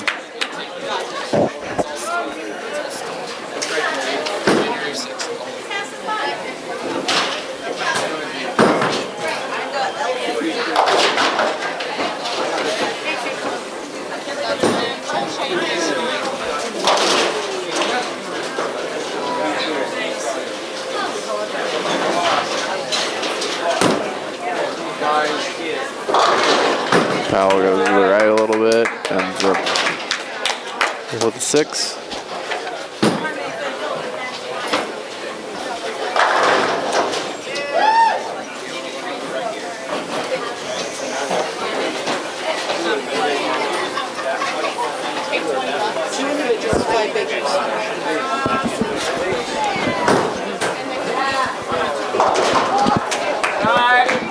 Good shot.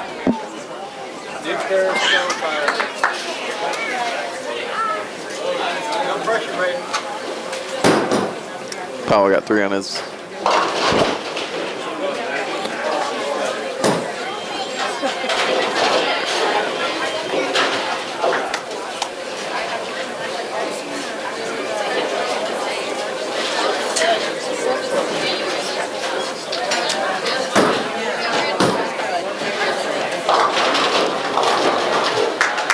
Well, he's just a little light at 7. Andrea's ball hooks a little too much early and goes left, leaves the 1-3-9.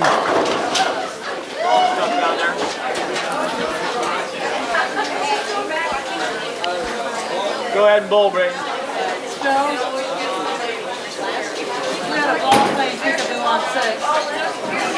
Oh, great cover there for Andrea.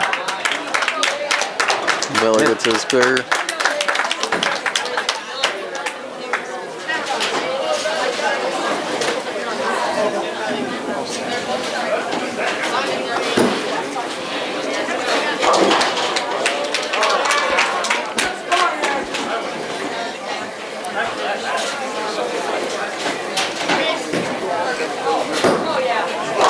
McCulley with the strike.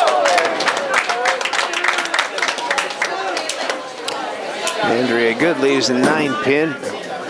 I'm sorry, Haley.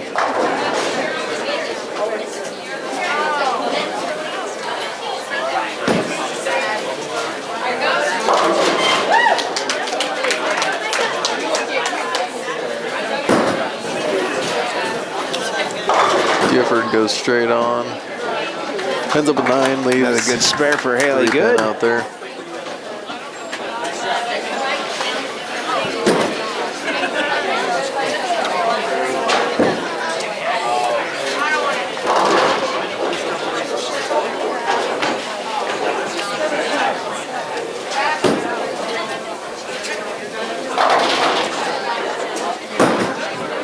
Gifford misses his pickup.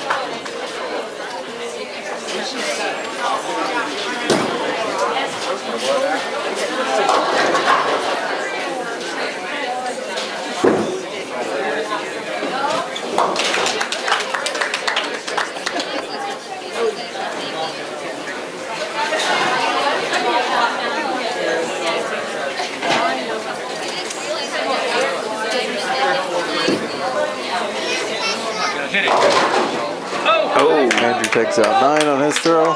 Good pocket shot for Andrew. Comes up a little light, leaves a 7.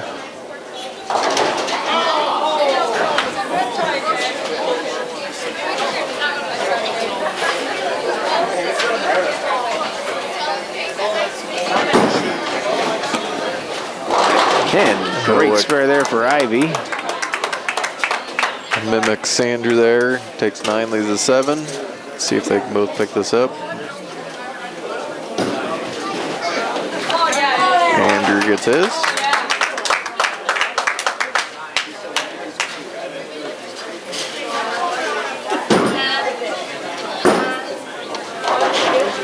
Hill, it goes to the left of his. Cecilia sends it a little wide, doesn't make the trip back.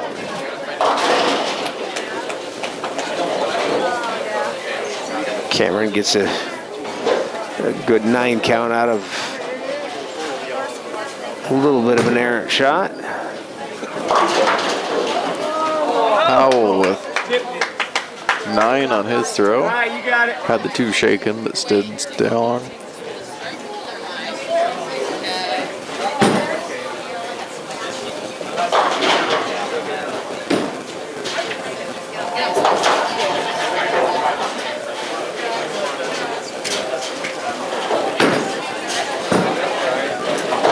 And Cameron with a nice spare. Powell misses his.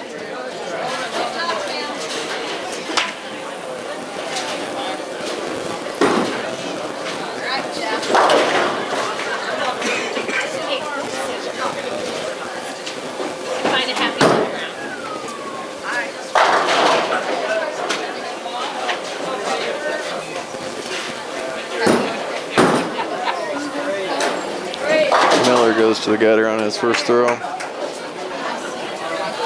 Reset.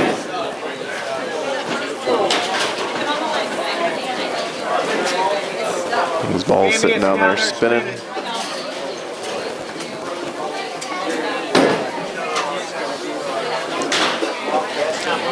Yeah, it looks like Joe's going to have to save a ball here.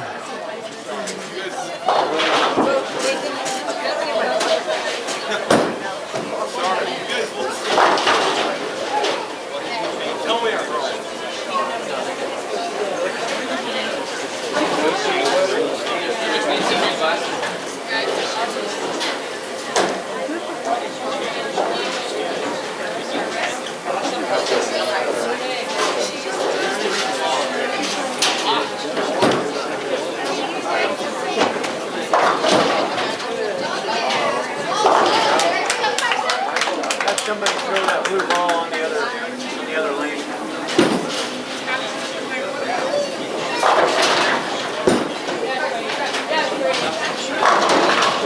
Miller gets 9 on his spare.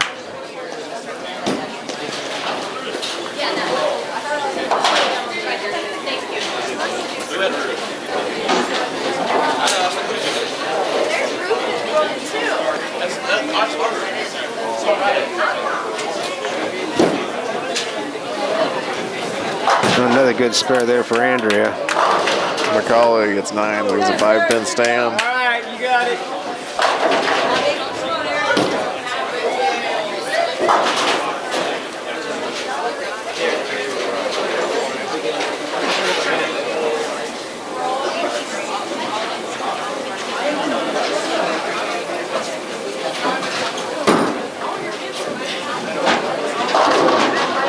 strike. Haley Good with a big strike.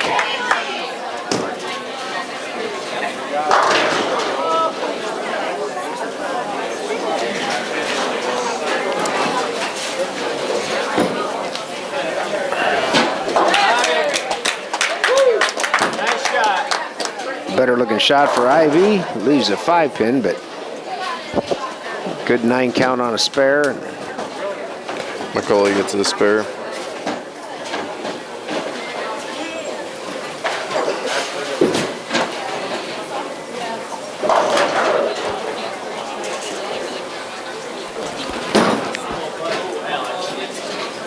Gifford dumps his off in the gutter.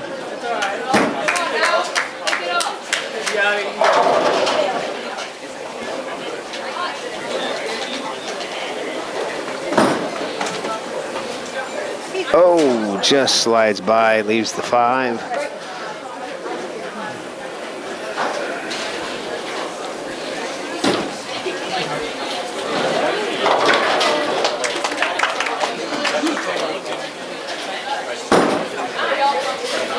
Much better throw from Gifford.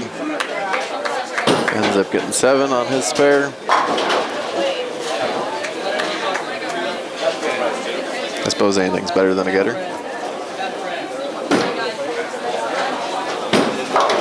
And now Andrew's up to round out the night.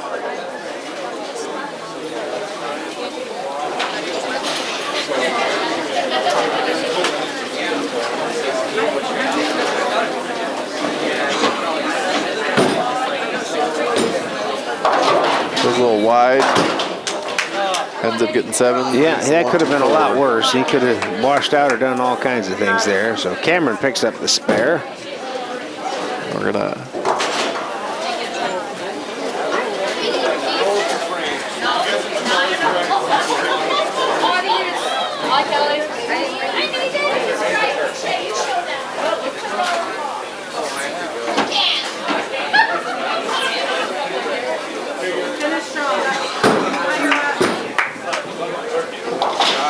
good spare there for Andrew. Sets him up nice for the 10th. All right. The boys have definitely made up the difference from game 1, and the girls have continued to add to their lead, so we're looking pretty good going into Baker. Let's see if we can finish this 10th out well.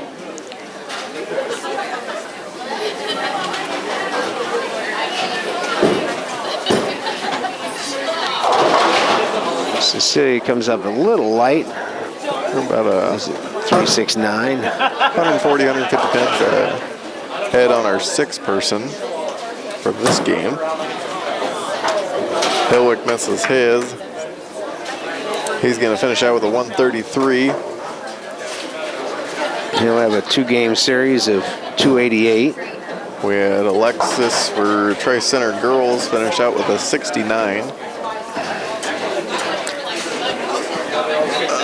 That gives her a 2-game series of 132. Hey, there's a big strike there for Nathan Powell.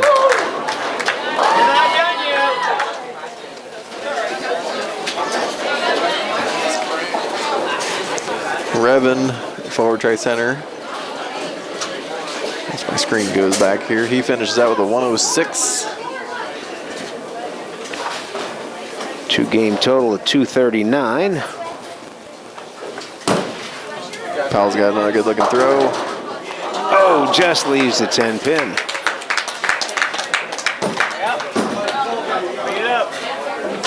Good freshman debut. He comes back from a 116 first game. He's going to be way into the 140s here. That's a good start for Nathan. For Matt Stowe, we got a 112.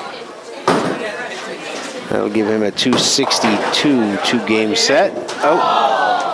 Powell misses his 10-pin there, just barely. Finishes 148.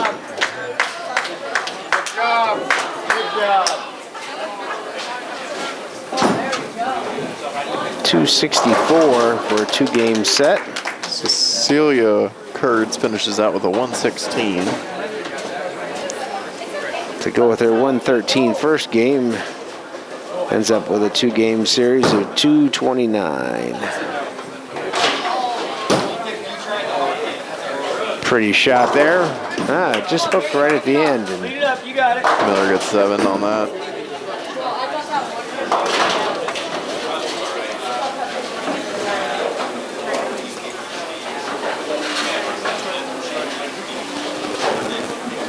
Olivia for Tri Center ends out with 90. That goes with game 1 was a 91 for 181 series. Miller misses his, so he's going to finish out with a 107. Go with his 99. He ends up with a 206 series. Carson Hill, he's going to finish out with a 114. He had a 135 the first round. McCulley gets 9 on his throw. Leaves a 7-pin stand. Looks like we got a ball return issue on lane 3 and 4. Jessa is going to finish out hers with an 88.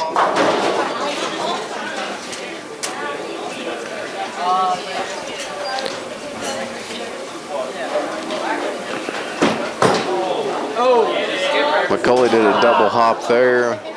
Misses a 7-pin by just a hair. He's going to end up with 167. Big improvement there. Yeah, that's a good game. Ends up with a 252 series. Went from being the drop to sticking around.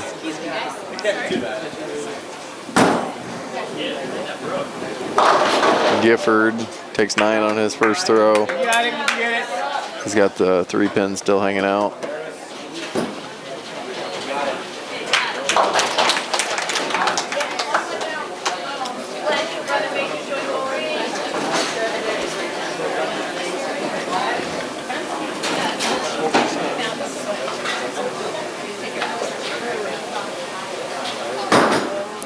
Gifford's going to dump his off in the gutter, so he'll be done. He's going to finish out with a 98.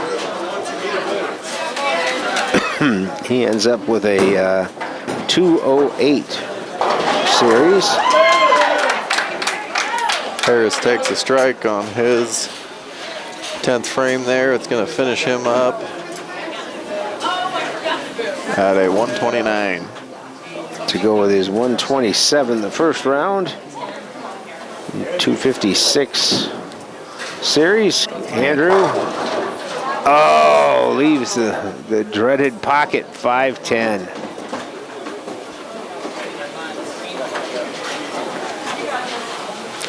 He's got to get one of them to make 200. Excellent shot from Haley Good. That's a double for her going into the 10th. Appears Andrea finishes out with 120. 257 series. Andrew misses them both and ends up with a 199. I wonder if he knew that he needed one for 200. He had that 5-pin wiggle just a little bit. So 342 series for Andrew. He will be your team leader for the 2-game set. Harlan will drop a 206 series.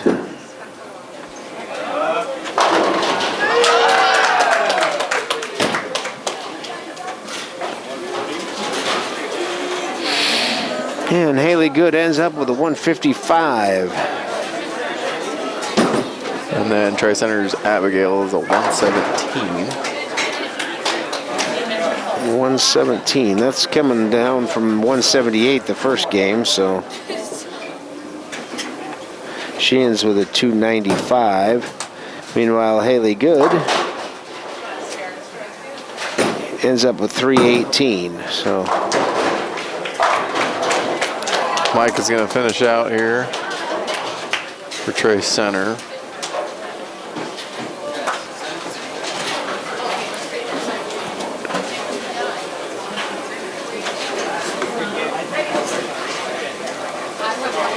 He got a 146. 146. And Asha Goodman ended 125. So 247 for Asha Goodman. Ivy drops down and gets a 112. So that leaves her with a 312 series.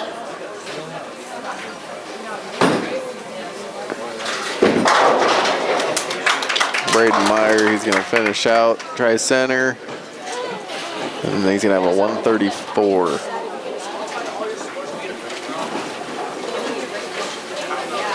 Ends with a 208 series. So Tri Center boys will drop a 208, and Harlan will drop a 206. So pretty close on the drop score. Shea Hop finished with a 95, coming off of a 165, so she'll end up with a 260 series. They won't drop anything because they only had 5 bowlers. And Cameron Springman, she's trying to pick up her 7 pin to finish out this round.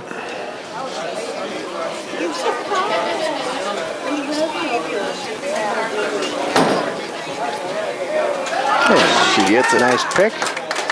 That'll be for 132. So that'll put her at 280 for a series. So that means your team leader for the 2-game set was Haley Good with a 318. Nice consistency there, 163, 155. So we'll get some totals here added up as they get everything switched over for Baker. Local Cyclone coverage on HLTV Channel 15 is brought to you by Keist Auto Center in Harlan, Iowa. Polly Jones Funeral Home, longtime supporter of Harlan Community Athletics and events. Family, Service, Community, SCSB. Conducting Swampler is a proud supporter of the Harlan community, education, and student activities. We move your business forward. We're your station for Western Iowa sports. Google 105.3 FM, Tano D in Harlan, Iowa. So the Harlan girls will be dropping a 212. So the Harlan girls, after 2 games, have a series of 1396 to Tri Center's 1115. So they've got about a 280 pin lead, 81. On the boys' side, I'm going to have to do a little more math because the screen just went blank on me. So. Okay, we have some individual totals for us after the individual round. Harlan boys have a 1354 versus a 12. Versus 1265, and the girls have, Harlan girls have a 1354 versus, no, that's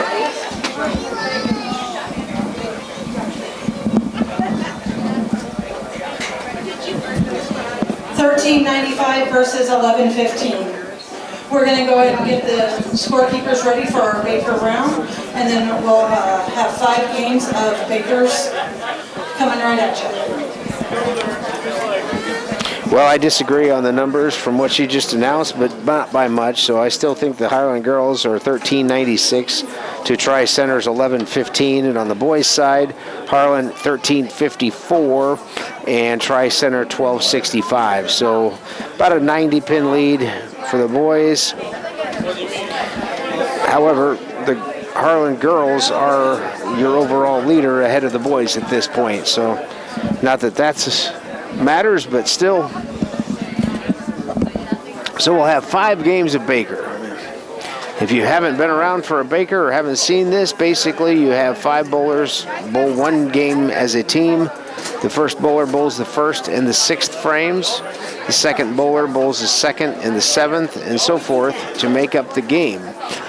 Once you start a game, the lineup cannot change during that game, but between games, the lineup can change however you like. There will always be one bowler that sits out, unless you only have 5 bowlers like Tri-Center does on the girls, and the lineup can change after every game, so it's up to the coaches to decide who's going to be your leadoff and second and so forth. Local Cyclone coverage on HLTV Channel 15 is brought to you by Shelby County Farmers Mutual and Century Farm Insurance.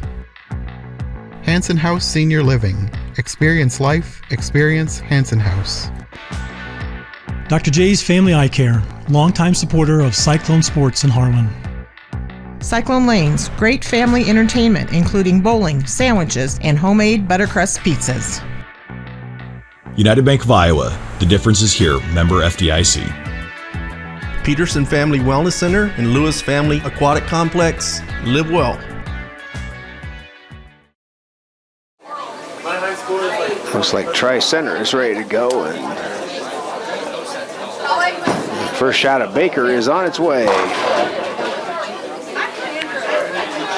So with Baker, the bowlers will stay on their same lane the entire game, and then each game they will switch lanes.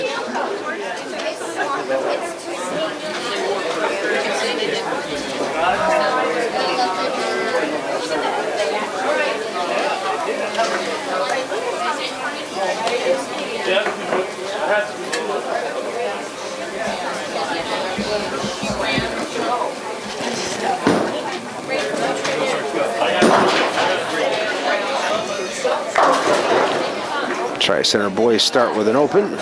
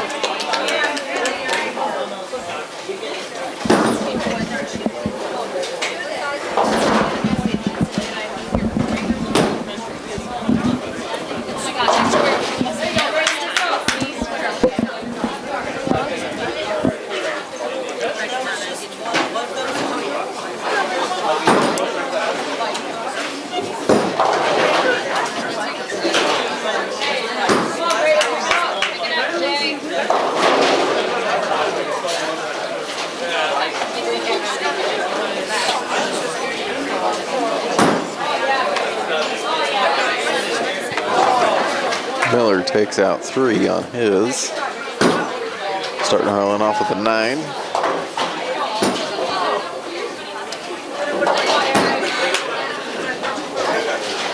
And girls start with a spare.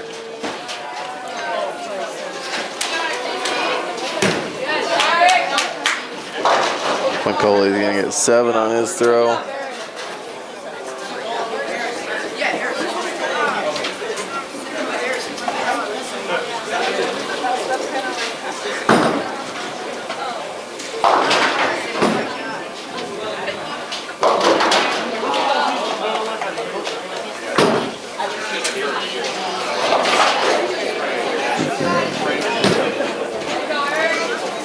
And McCauley gets his spare.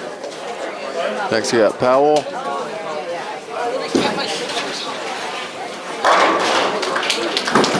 And Tri-Center puts their first mark on the board in the 4th frame with a strike.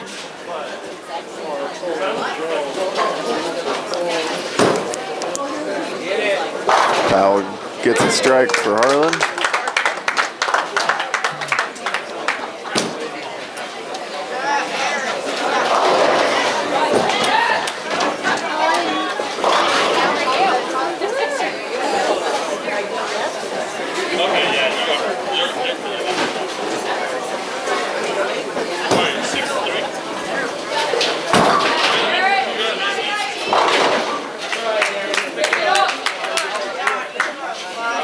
Ivy Stevens with the 5 count.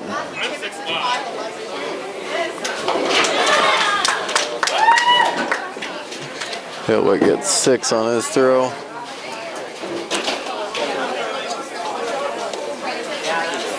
Tri-Center left a 7 open on their 5th. Hillick picks up 3, leaves a 5-pin. Yeah. Harlan girls are open again.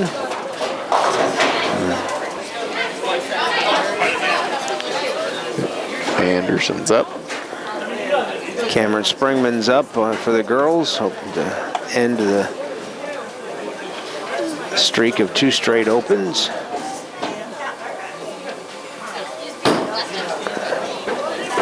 Goes Brooklyn, carries the strike. Andrew goes Brooklyn, leaves 136 still out there.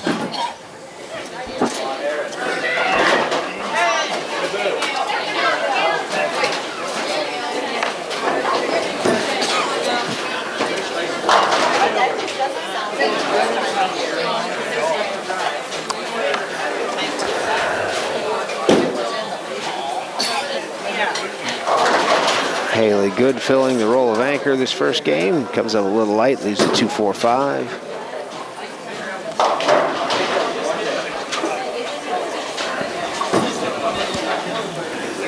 Andrew takes out the 3 and the 6. Andrew looks surprised. I think he thought that ball was going to hook.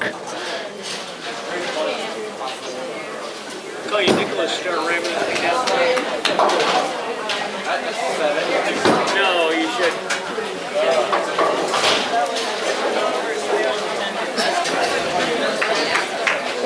Haley Good with the open, so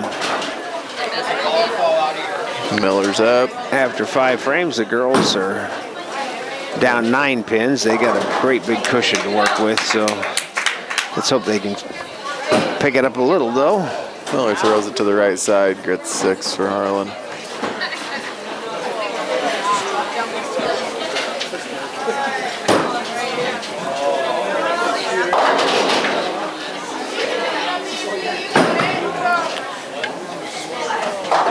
Nine count for Andrea.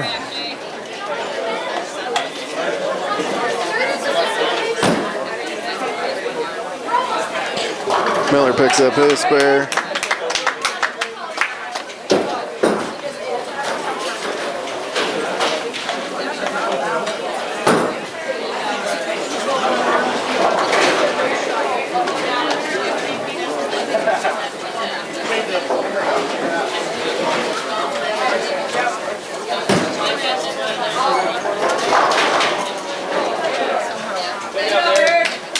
McCauley gets 6.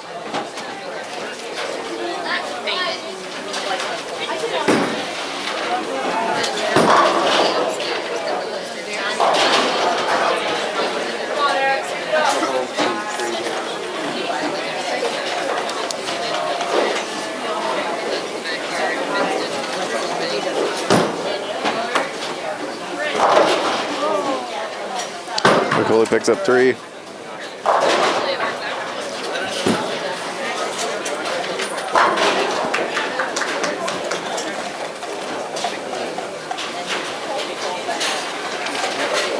See if Powell can get another strike. It's looking good. Hey, he does.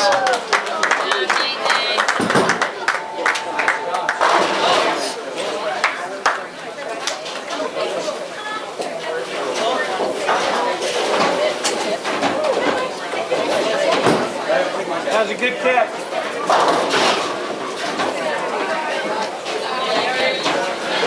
Ivy with the 5-9. Another good ball down the middle. Pick up a spare. Hillick took his to the left. Pulled 3 out of it. Actually, I'm thinking he only got 2, which is hard to do. Yeah, he did get just 2. Get 2. And Ivy misses to the left on that one. That's a better shot, Mr. Hilwick. And picks up the spare. And we go into Andrew to finish this out in the 10th frame.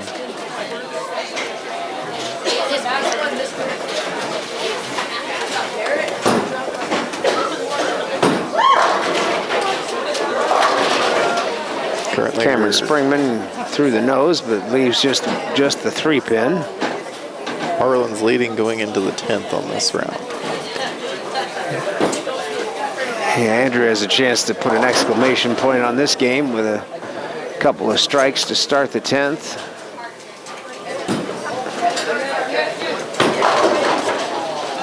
Gets the 5-10 again.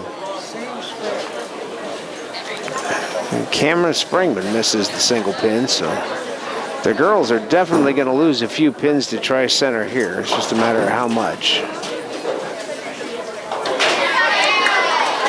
Tri-Center boys finished with 92.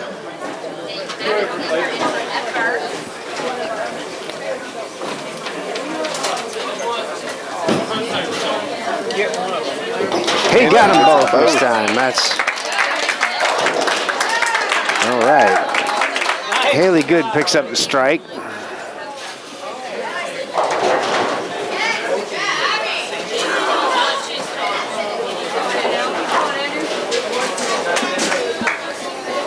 Tri-Center girls finish. Excuse me. The game 1 of Baker with a 1-18. And there, he's got it figured out just in time to change lanes. But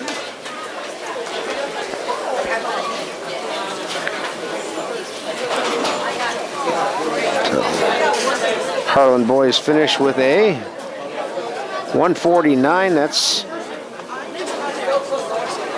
not too bad for where they started that game.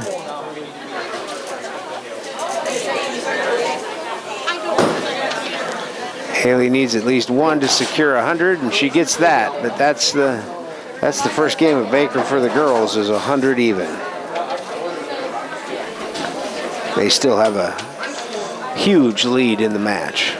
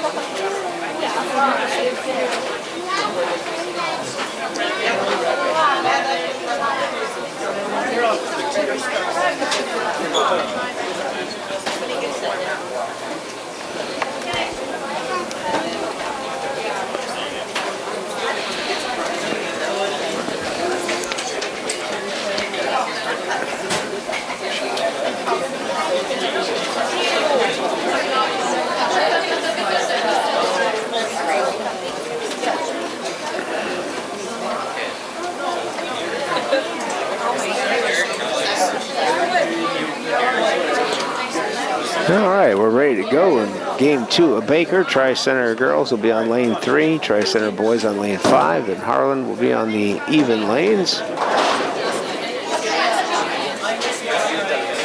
Your new leadoff bowler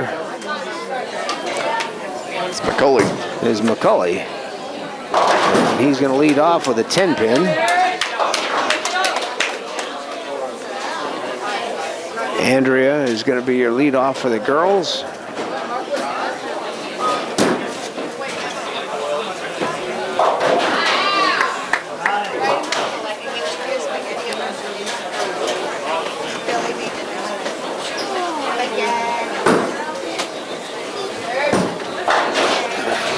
McCulley dumps it off.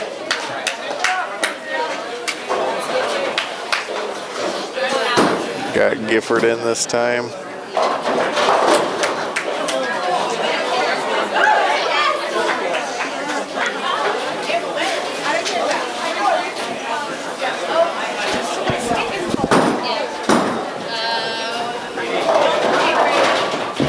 Ooh, Gifford's gonna get 9. Interesting 9 count for Gifford there.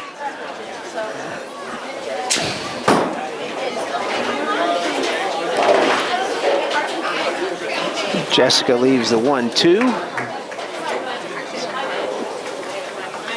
Put one down the middle here and pick up our first spare this game.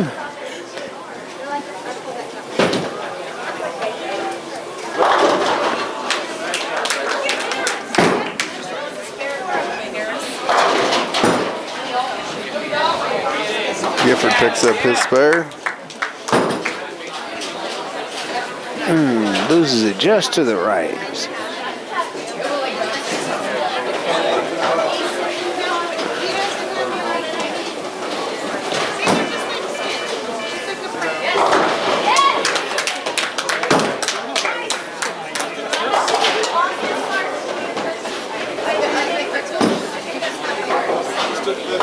Powell will stay strong with another strike for Harlan. Well, Powell is having a fantastic Baker set so far. Ivy Stevens breaks up the split at the last second, leaves just the 7-pin.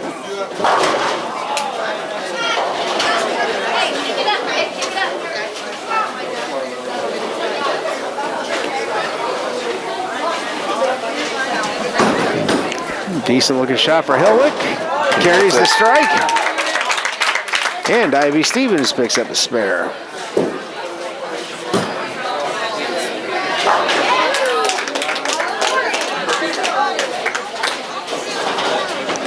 Andrew in the 5th here. Got a chance to throw a 3-bagger for the team, and he's on his favorite lane.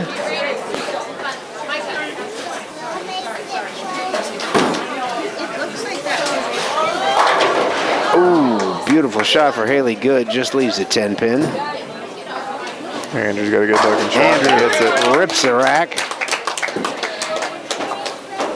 3 on the board.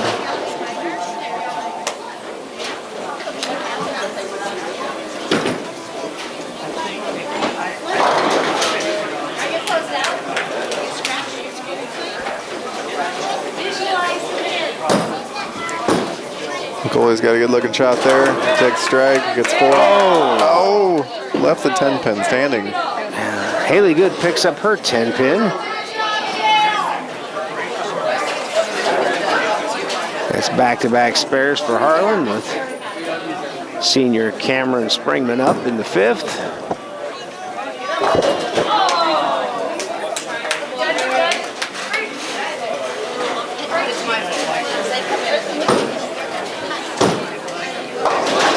Hits it, all right. McCauley picks up his 10-pin with the spare for Harlan.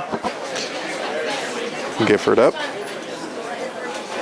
Cameron gets it a little wide, leaves the 1-2-8.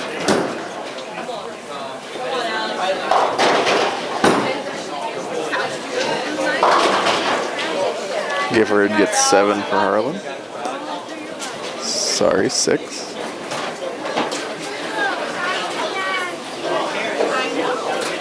Well, he got 7, but the scorer only gave him 6, so looks like Jamie sees that and she's going to get it fixed. I thought I only saw 3 down there. Oh, and Cameron chops the 1-2 off the 8.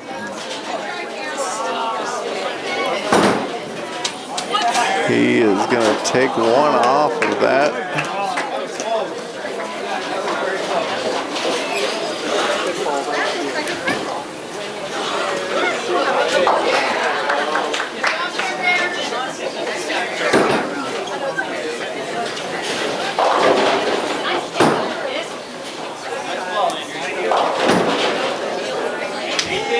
Powell gets his 4th strike.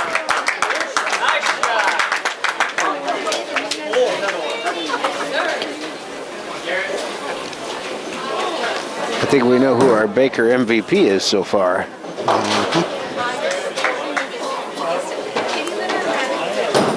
See if they stick him in the Yankees. Oh, and next Andrew time. just chops the 1-2 off the 8. That's 2 in a row like that for the Harlan girls. Hillett gets his. And that sets Andrew up for a 10th.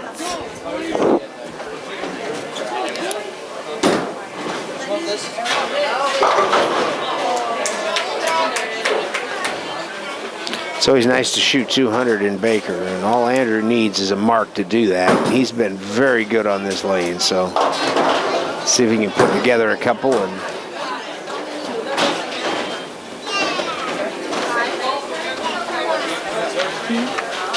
Jessica with another 9 count. Oh, right in there.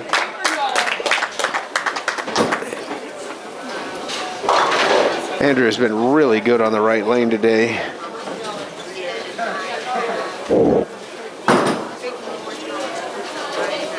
Oh, and so close.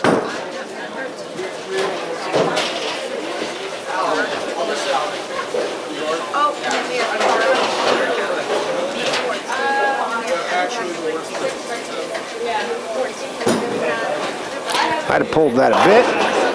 Yeah, got Got it to hook a little early, but he's still going to put Harlan well into the 200s. You got the 7.610 sitting out there. He's at 207 already, and if he can pick any extra up, that's a pretty good game for today.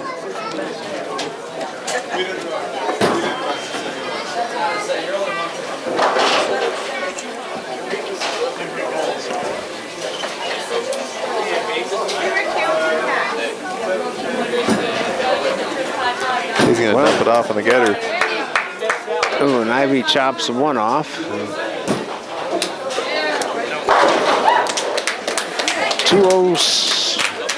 207 for Harlan? Yep, 207. 207. Tri-Center's quietly bowling a decent game too, but they're not going to touch 207.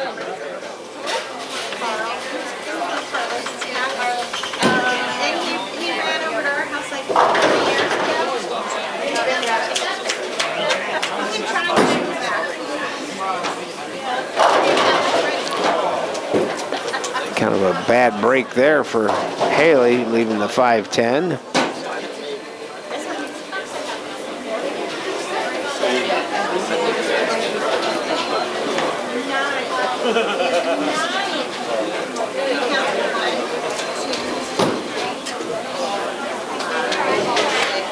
Tri-Center's gonna finish out here. 149. 149. That's much improvement over their first 92. Yeah, and that's what Harlan shot their first game, was the 149. So Harlan with a 207 builds on their lead. With 3 games to go, I think they're sitting in pretty good shape. Tri-Center girls finished off with a 91. The Harlan girls are struggling, but they're going to add a little bit to their lead here.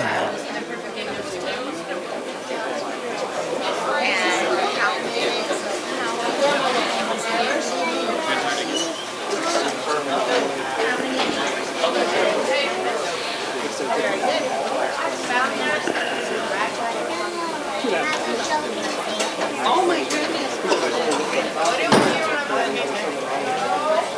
And great spare there from Cameron.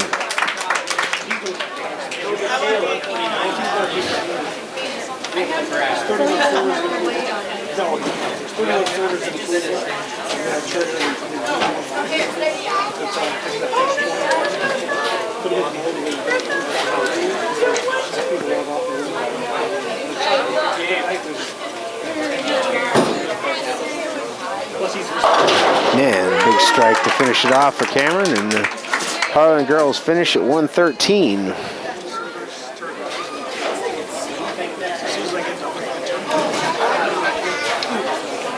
Gifford's gonna start it off for Harlan.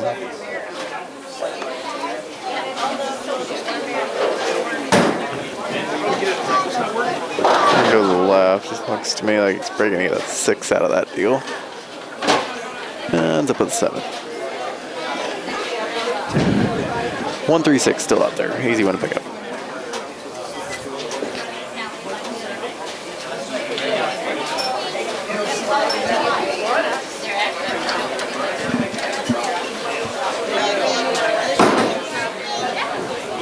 Got a chance, and does.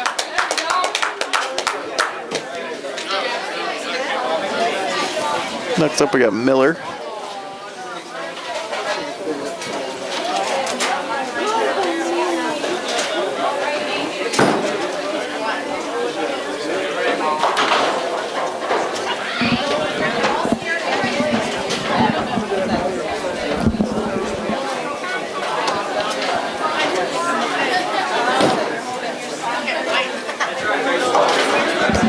Another 2 count.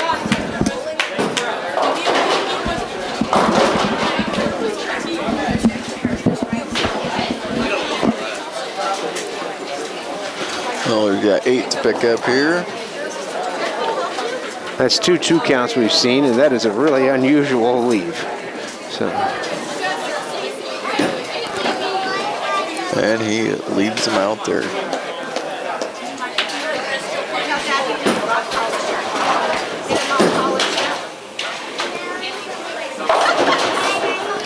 We'll see if Powell can keep the streak going.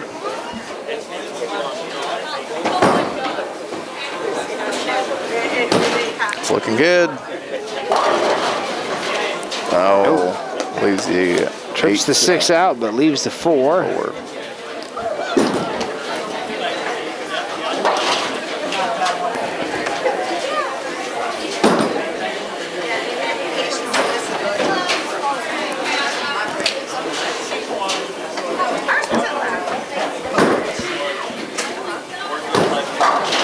So he's going to pick it up, but he does.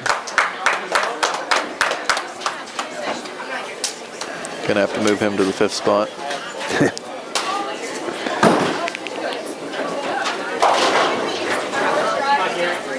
Yeah, the freshmen have looked pretty good today for being their first competition ever.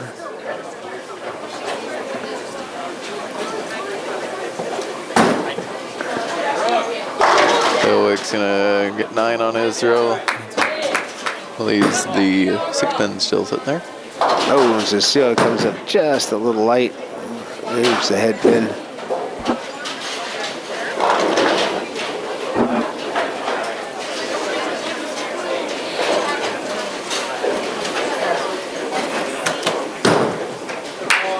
Hilwick picks up his spare. Got Andrew in the 5th frame again.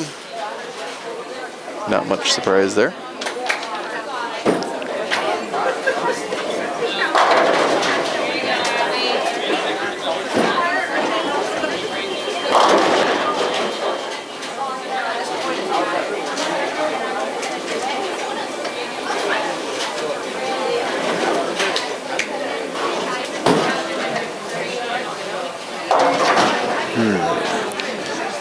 Andrew takes a strike on his throw.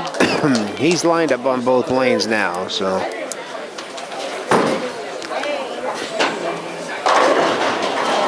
Ivy. Left 7 pin.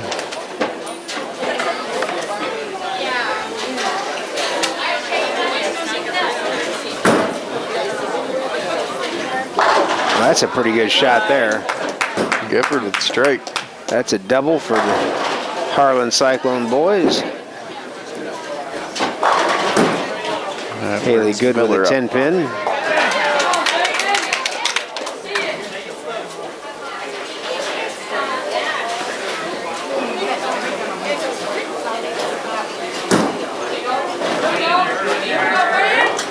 Miller with a little curve on it, but not enough to get it in his pocket.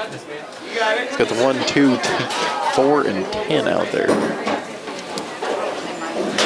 Harlan, Cameron Springman's getting up in the 5th, looking for Harlan's first mark of the game.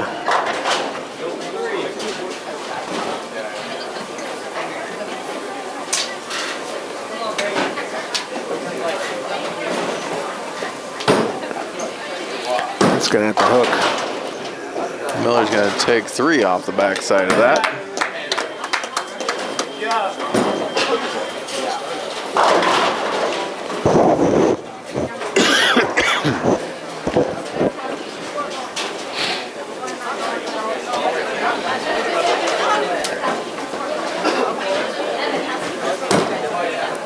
Bell's got a nice shot. Takes 9. And 3 pins still hung out there. All right, well, Harlan girls have kept it even. Everybody opened in the first 5 frames.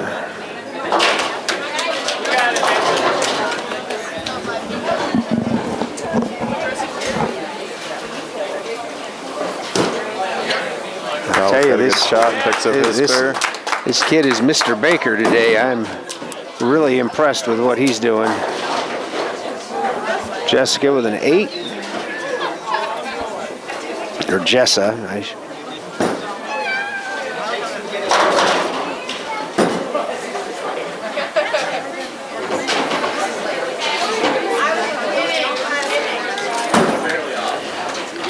Hilwick's got a strike. Great shot for Hilwick. It's going to set Andrew up for the 10th.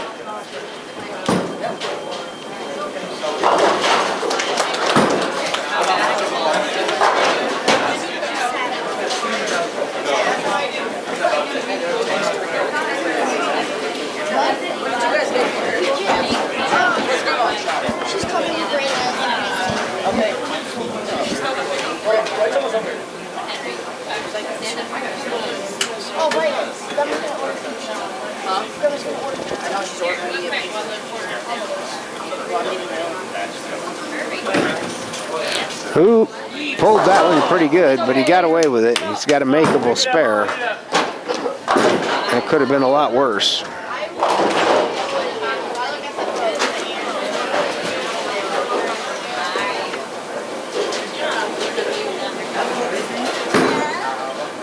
Cecilia loses it off to the left.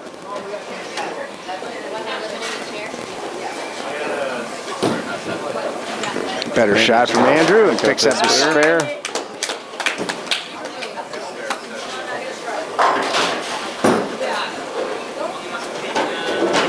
Of course, scoring has been tough for both girls' teams over there this game.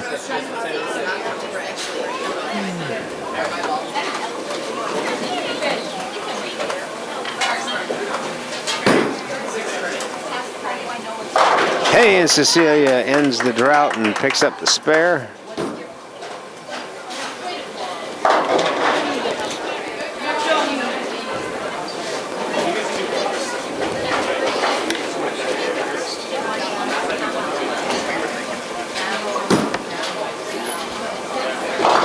Andrew's going to finish out getting 9 pins for Harlan.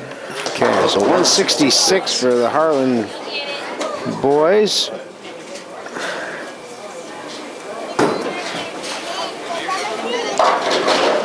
Gonna make some scoring adjustments here for Tri Center.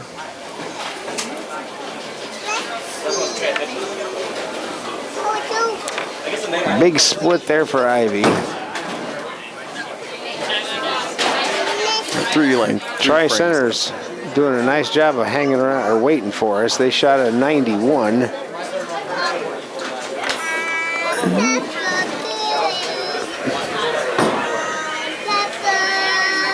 Tri Center shot a 91 the last round too. Yeah. So consistent. Harlan's going to need a mark on one of these two frames to beat that. They're going to need hopefully a couple of marks, and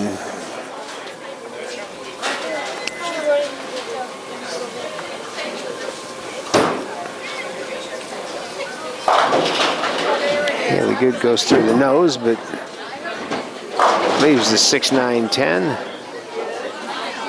Hi, Don.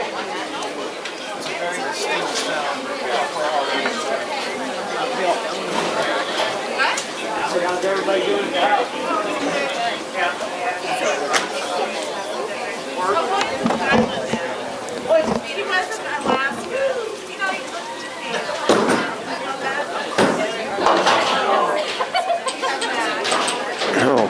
Tri Center boys are in the 10th now. Well, Cameron Springman's up in the 10th. We got 82 in the 9th. Need a mark and at least an 8 count just to break 100, but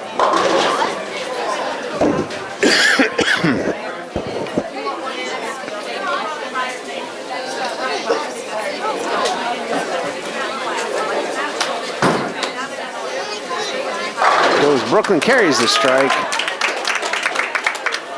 Well, that will ensure a positive result from the game. And wow, what a shot from Tri Center. Picks up the 4-7-10.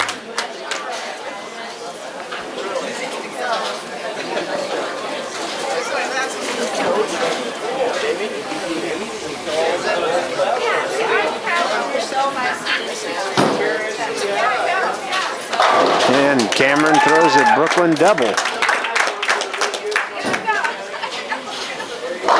That'll finish out the Tri Center boys. They're going to have a 134.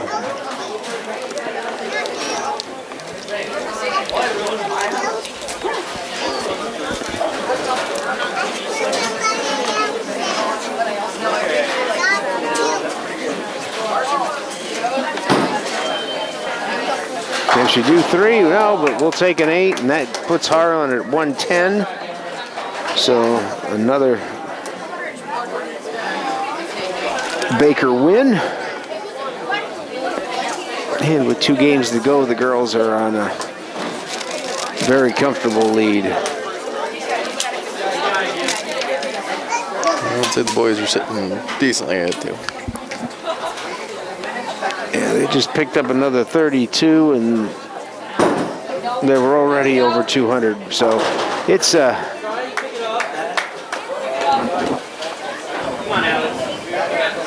looking very good for the Cyclones today. Gifford gets 5 on his first throw.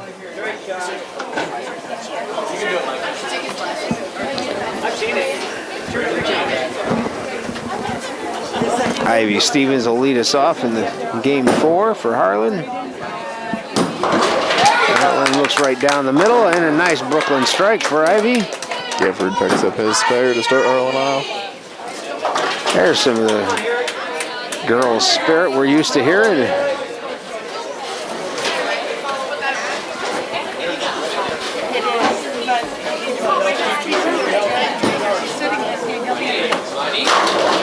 McCulley ends up with a split. He's got the 5-10. Seen a few of those today. Most of them from Andrew. Yes, he did have a few. But he picked up one of them.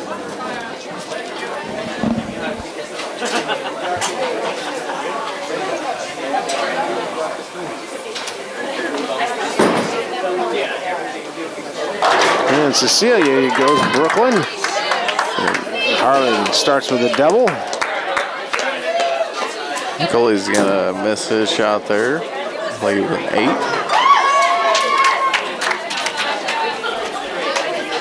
8. Tri-Center seems to be in no particular hurry.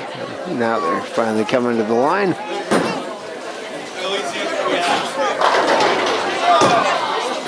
And there's another 5-10 for the Harlan Cyclones. We're seeing a lot of those today. Powell's got 3 left hanging.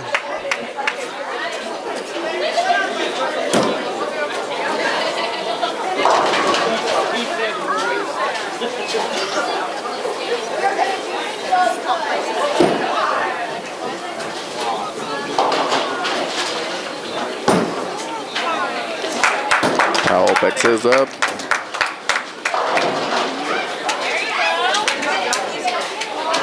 Nathan continues to be red hot in the Baker. Strikes and spares only.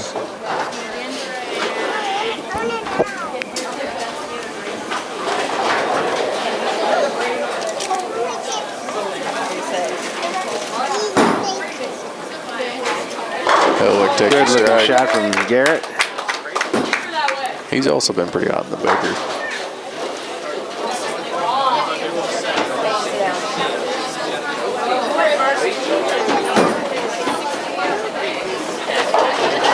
Ooh. The Greek church, they call that. And that's a tough one.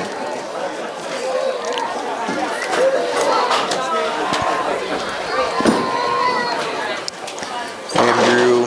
Just a little light. Got the 2-5 out there.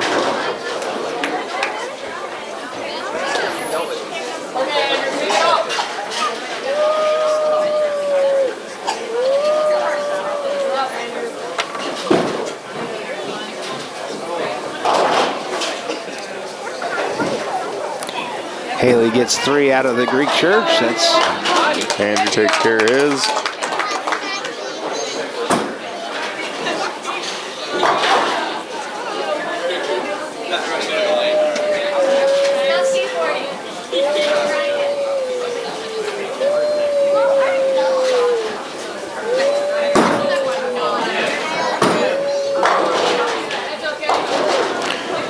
Cameron comes up light, leaves a 2-pin only. That's Gifford got 5 on his throw.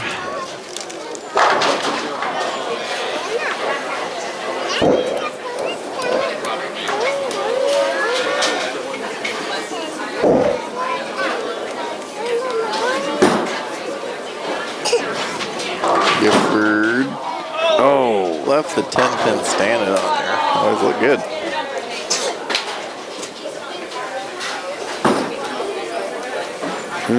Cameron knew she missed that right away. After starting with a double, Harlan with 3 straight opens.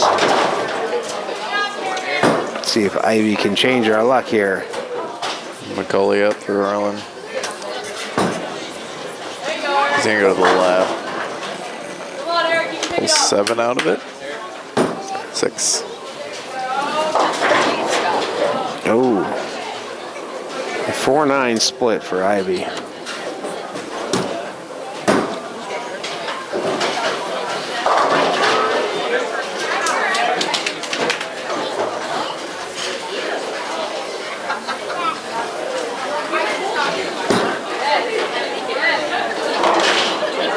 Well, there was 7 on that.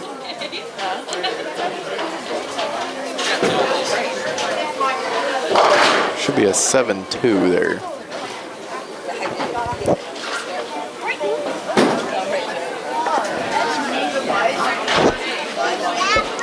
It's not going to make any difference, but if we can find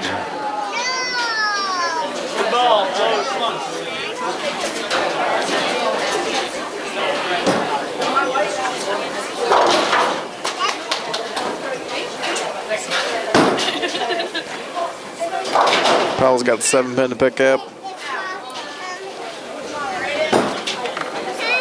hang on, not Drops quite it off. there. First pickup there in the Baker series for him.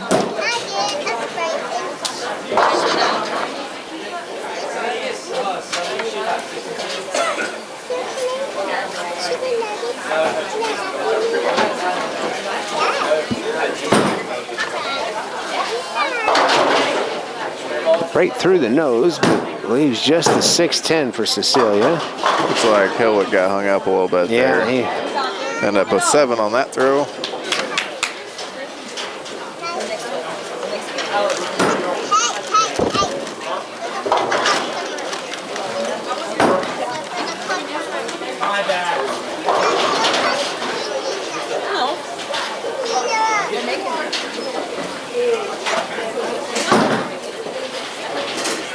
And takes care of his. Takes care of the spare.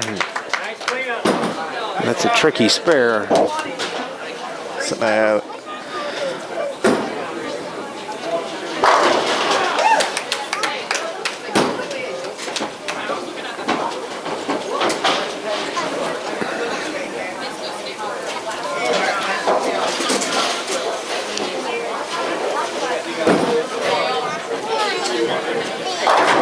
All right. Andrea ends the drought with a nice strike. Andrew's got 7 pins out there. Sorry, took out 7, got 3 left.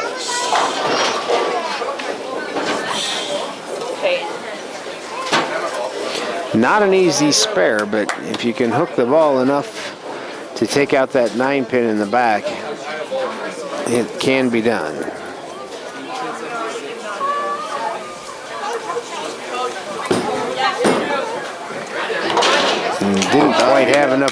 Didn't quite have enough hook on her. So 133 for the Harlan boys.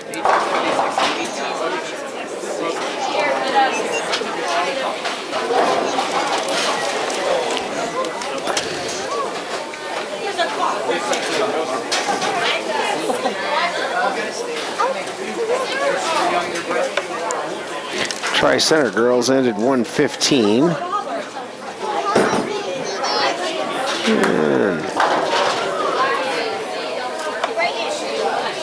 Haley Good comes up a little light.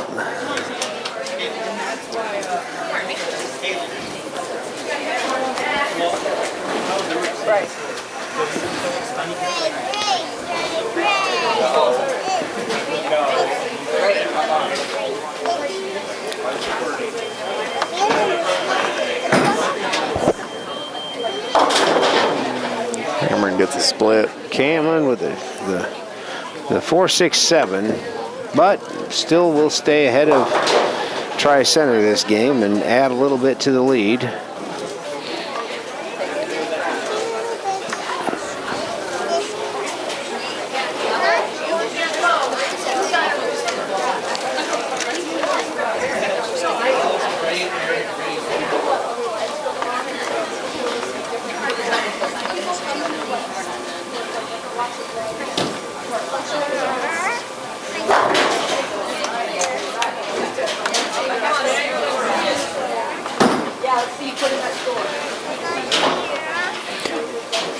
And Harlan will finish with a 121 game. Could have been better, but it is actually their highest Baker game so far today.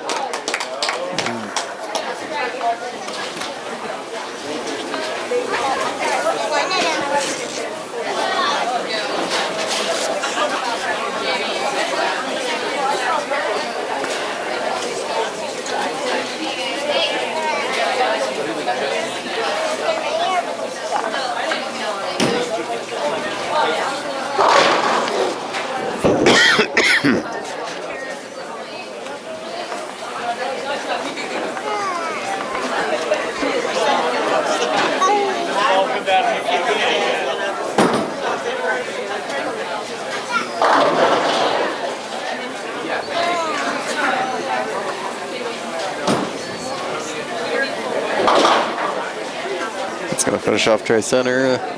They're going to have 131.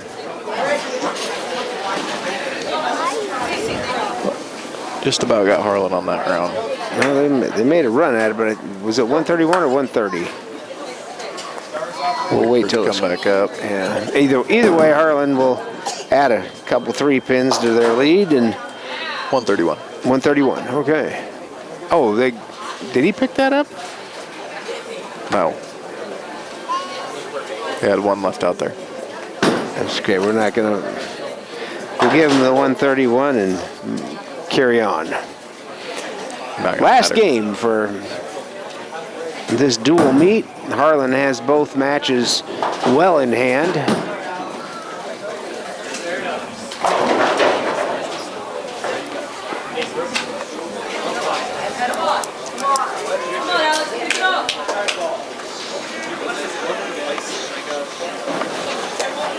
Gifford's leading us off again for Harlan, picks up 1.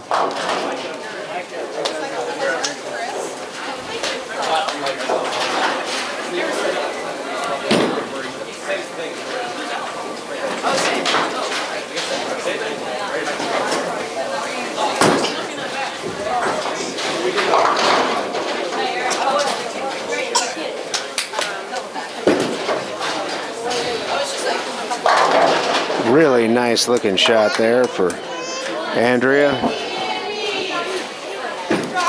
Gifford takes 7 on his second throw. Tri Center dumps 1 off.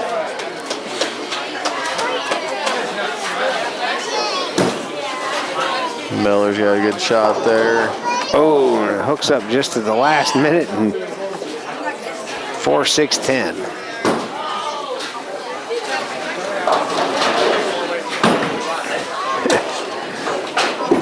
Haley Good ends up with another Greek church. The Tri Center girls cleaned out their gutter too.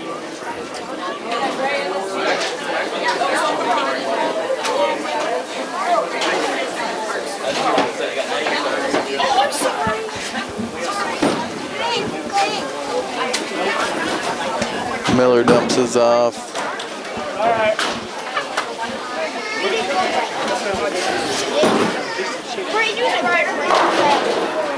So we had a streak of 3 gutter cleanings there.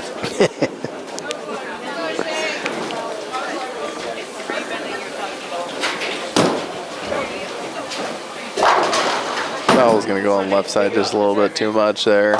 Leaves 3 pins standing.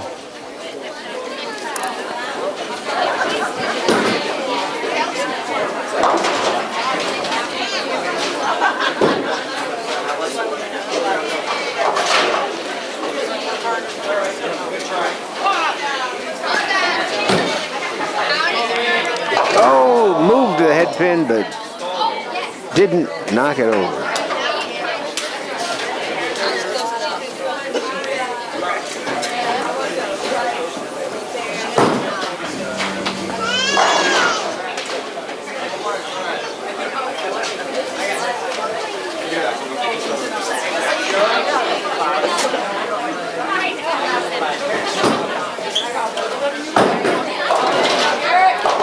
Wow, that is a very strange leave for Cameron Springman. That's the 2:45.10. Hilwick's got the 6:10 to pick up on his.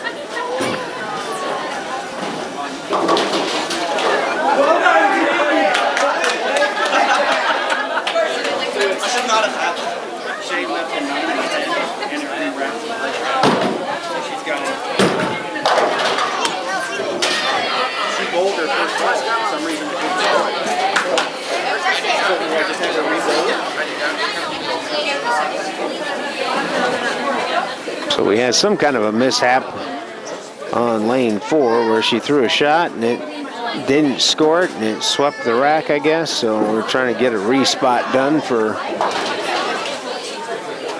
Tri-Center.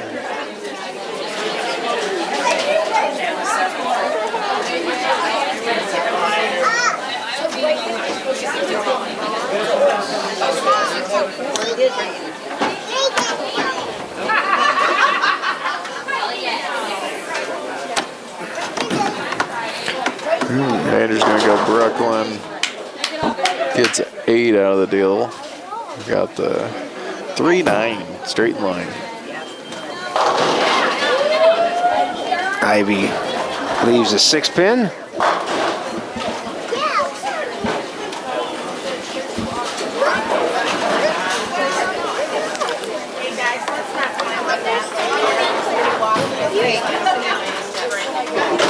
And Andrew picks the 3 off the 9.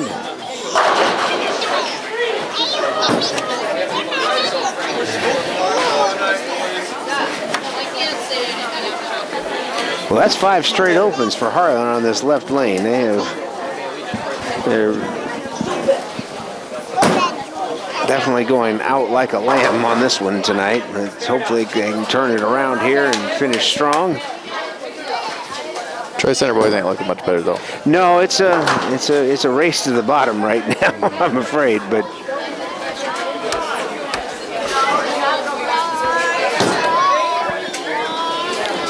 hey, big strike there for Cecilia. That's a good way to finish her night.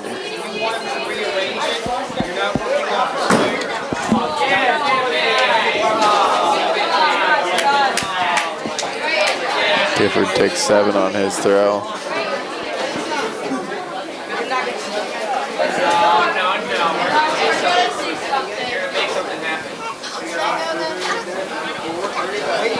Still leaves it open for the boys.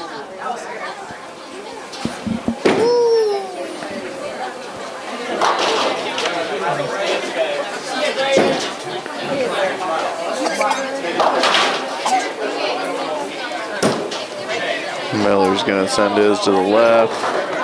Takes it out. Going to get 5 out of that.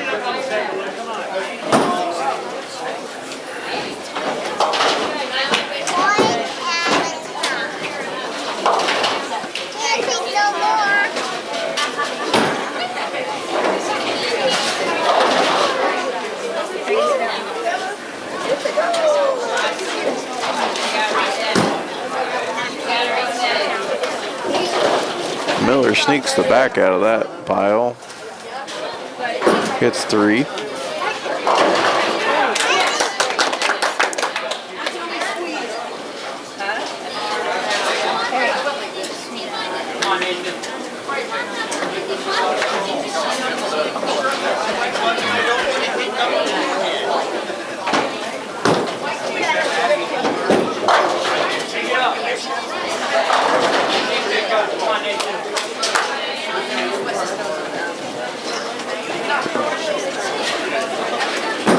Five pin for Haley Good.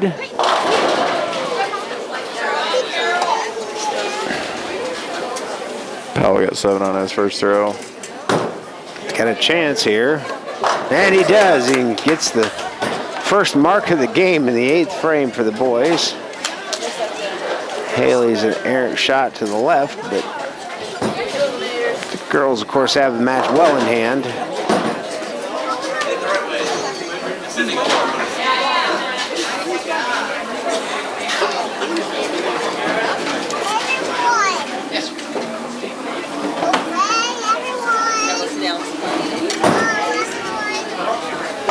He'll get the strike. Sets Andrew up for the 10th. Cameron comes up light, leaves the 2-4-5.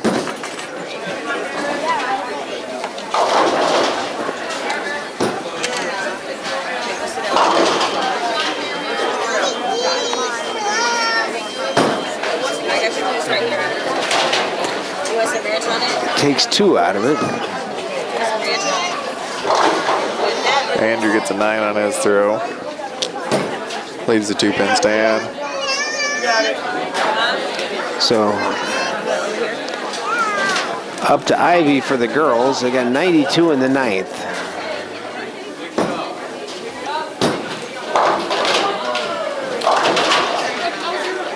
We're going to get 7 on the first ball.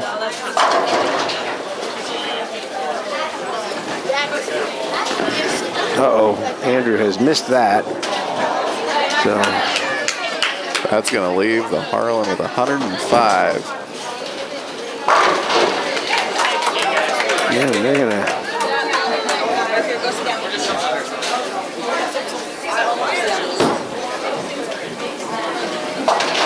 And Ivy gets 1 more and puts Harlan with an even 100.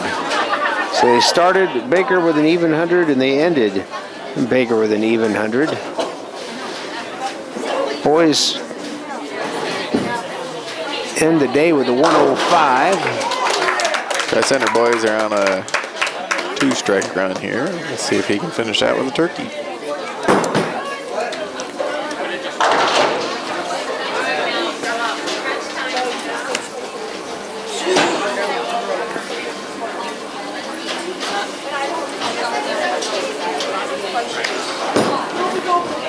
It's looking good. He gets it. Does.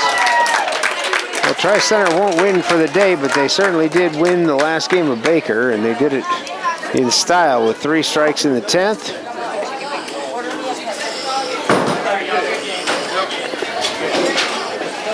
They got a 122. A 122. So I would say that overall Harlan came out victorious. yes, very, very much so.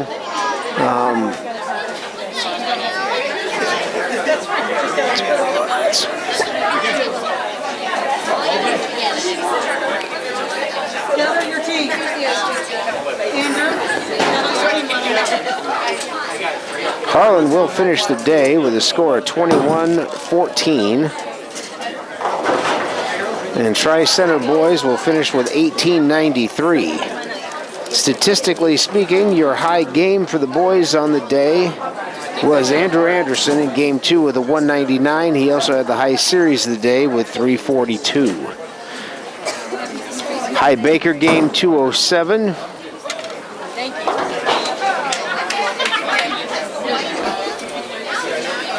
And a 1-0 start to the season for the Harlan boys.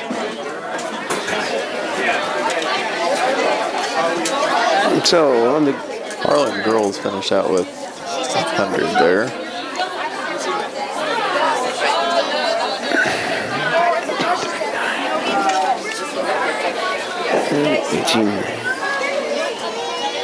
Oh.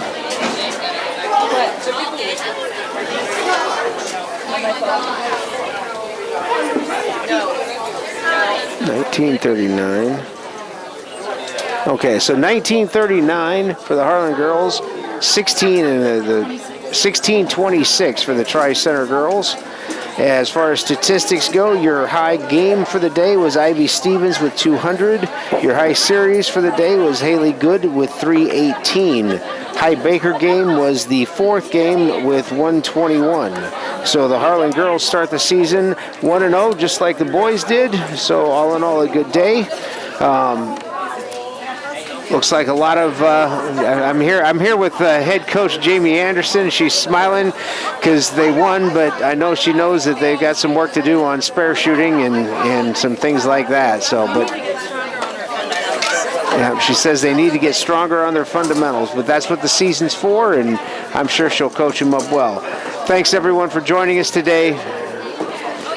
We'll see you our next home meet we are looking for. So I meant to give you the schedule, but it appears to be the 15th. The 15th, and who is that against? Against Denison.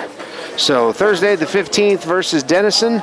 That will be Denison's always a solid team. So join us for that. Thanks again. We'll see you next time.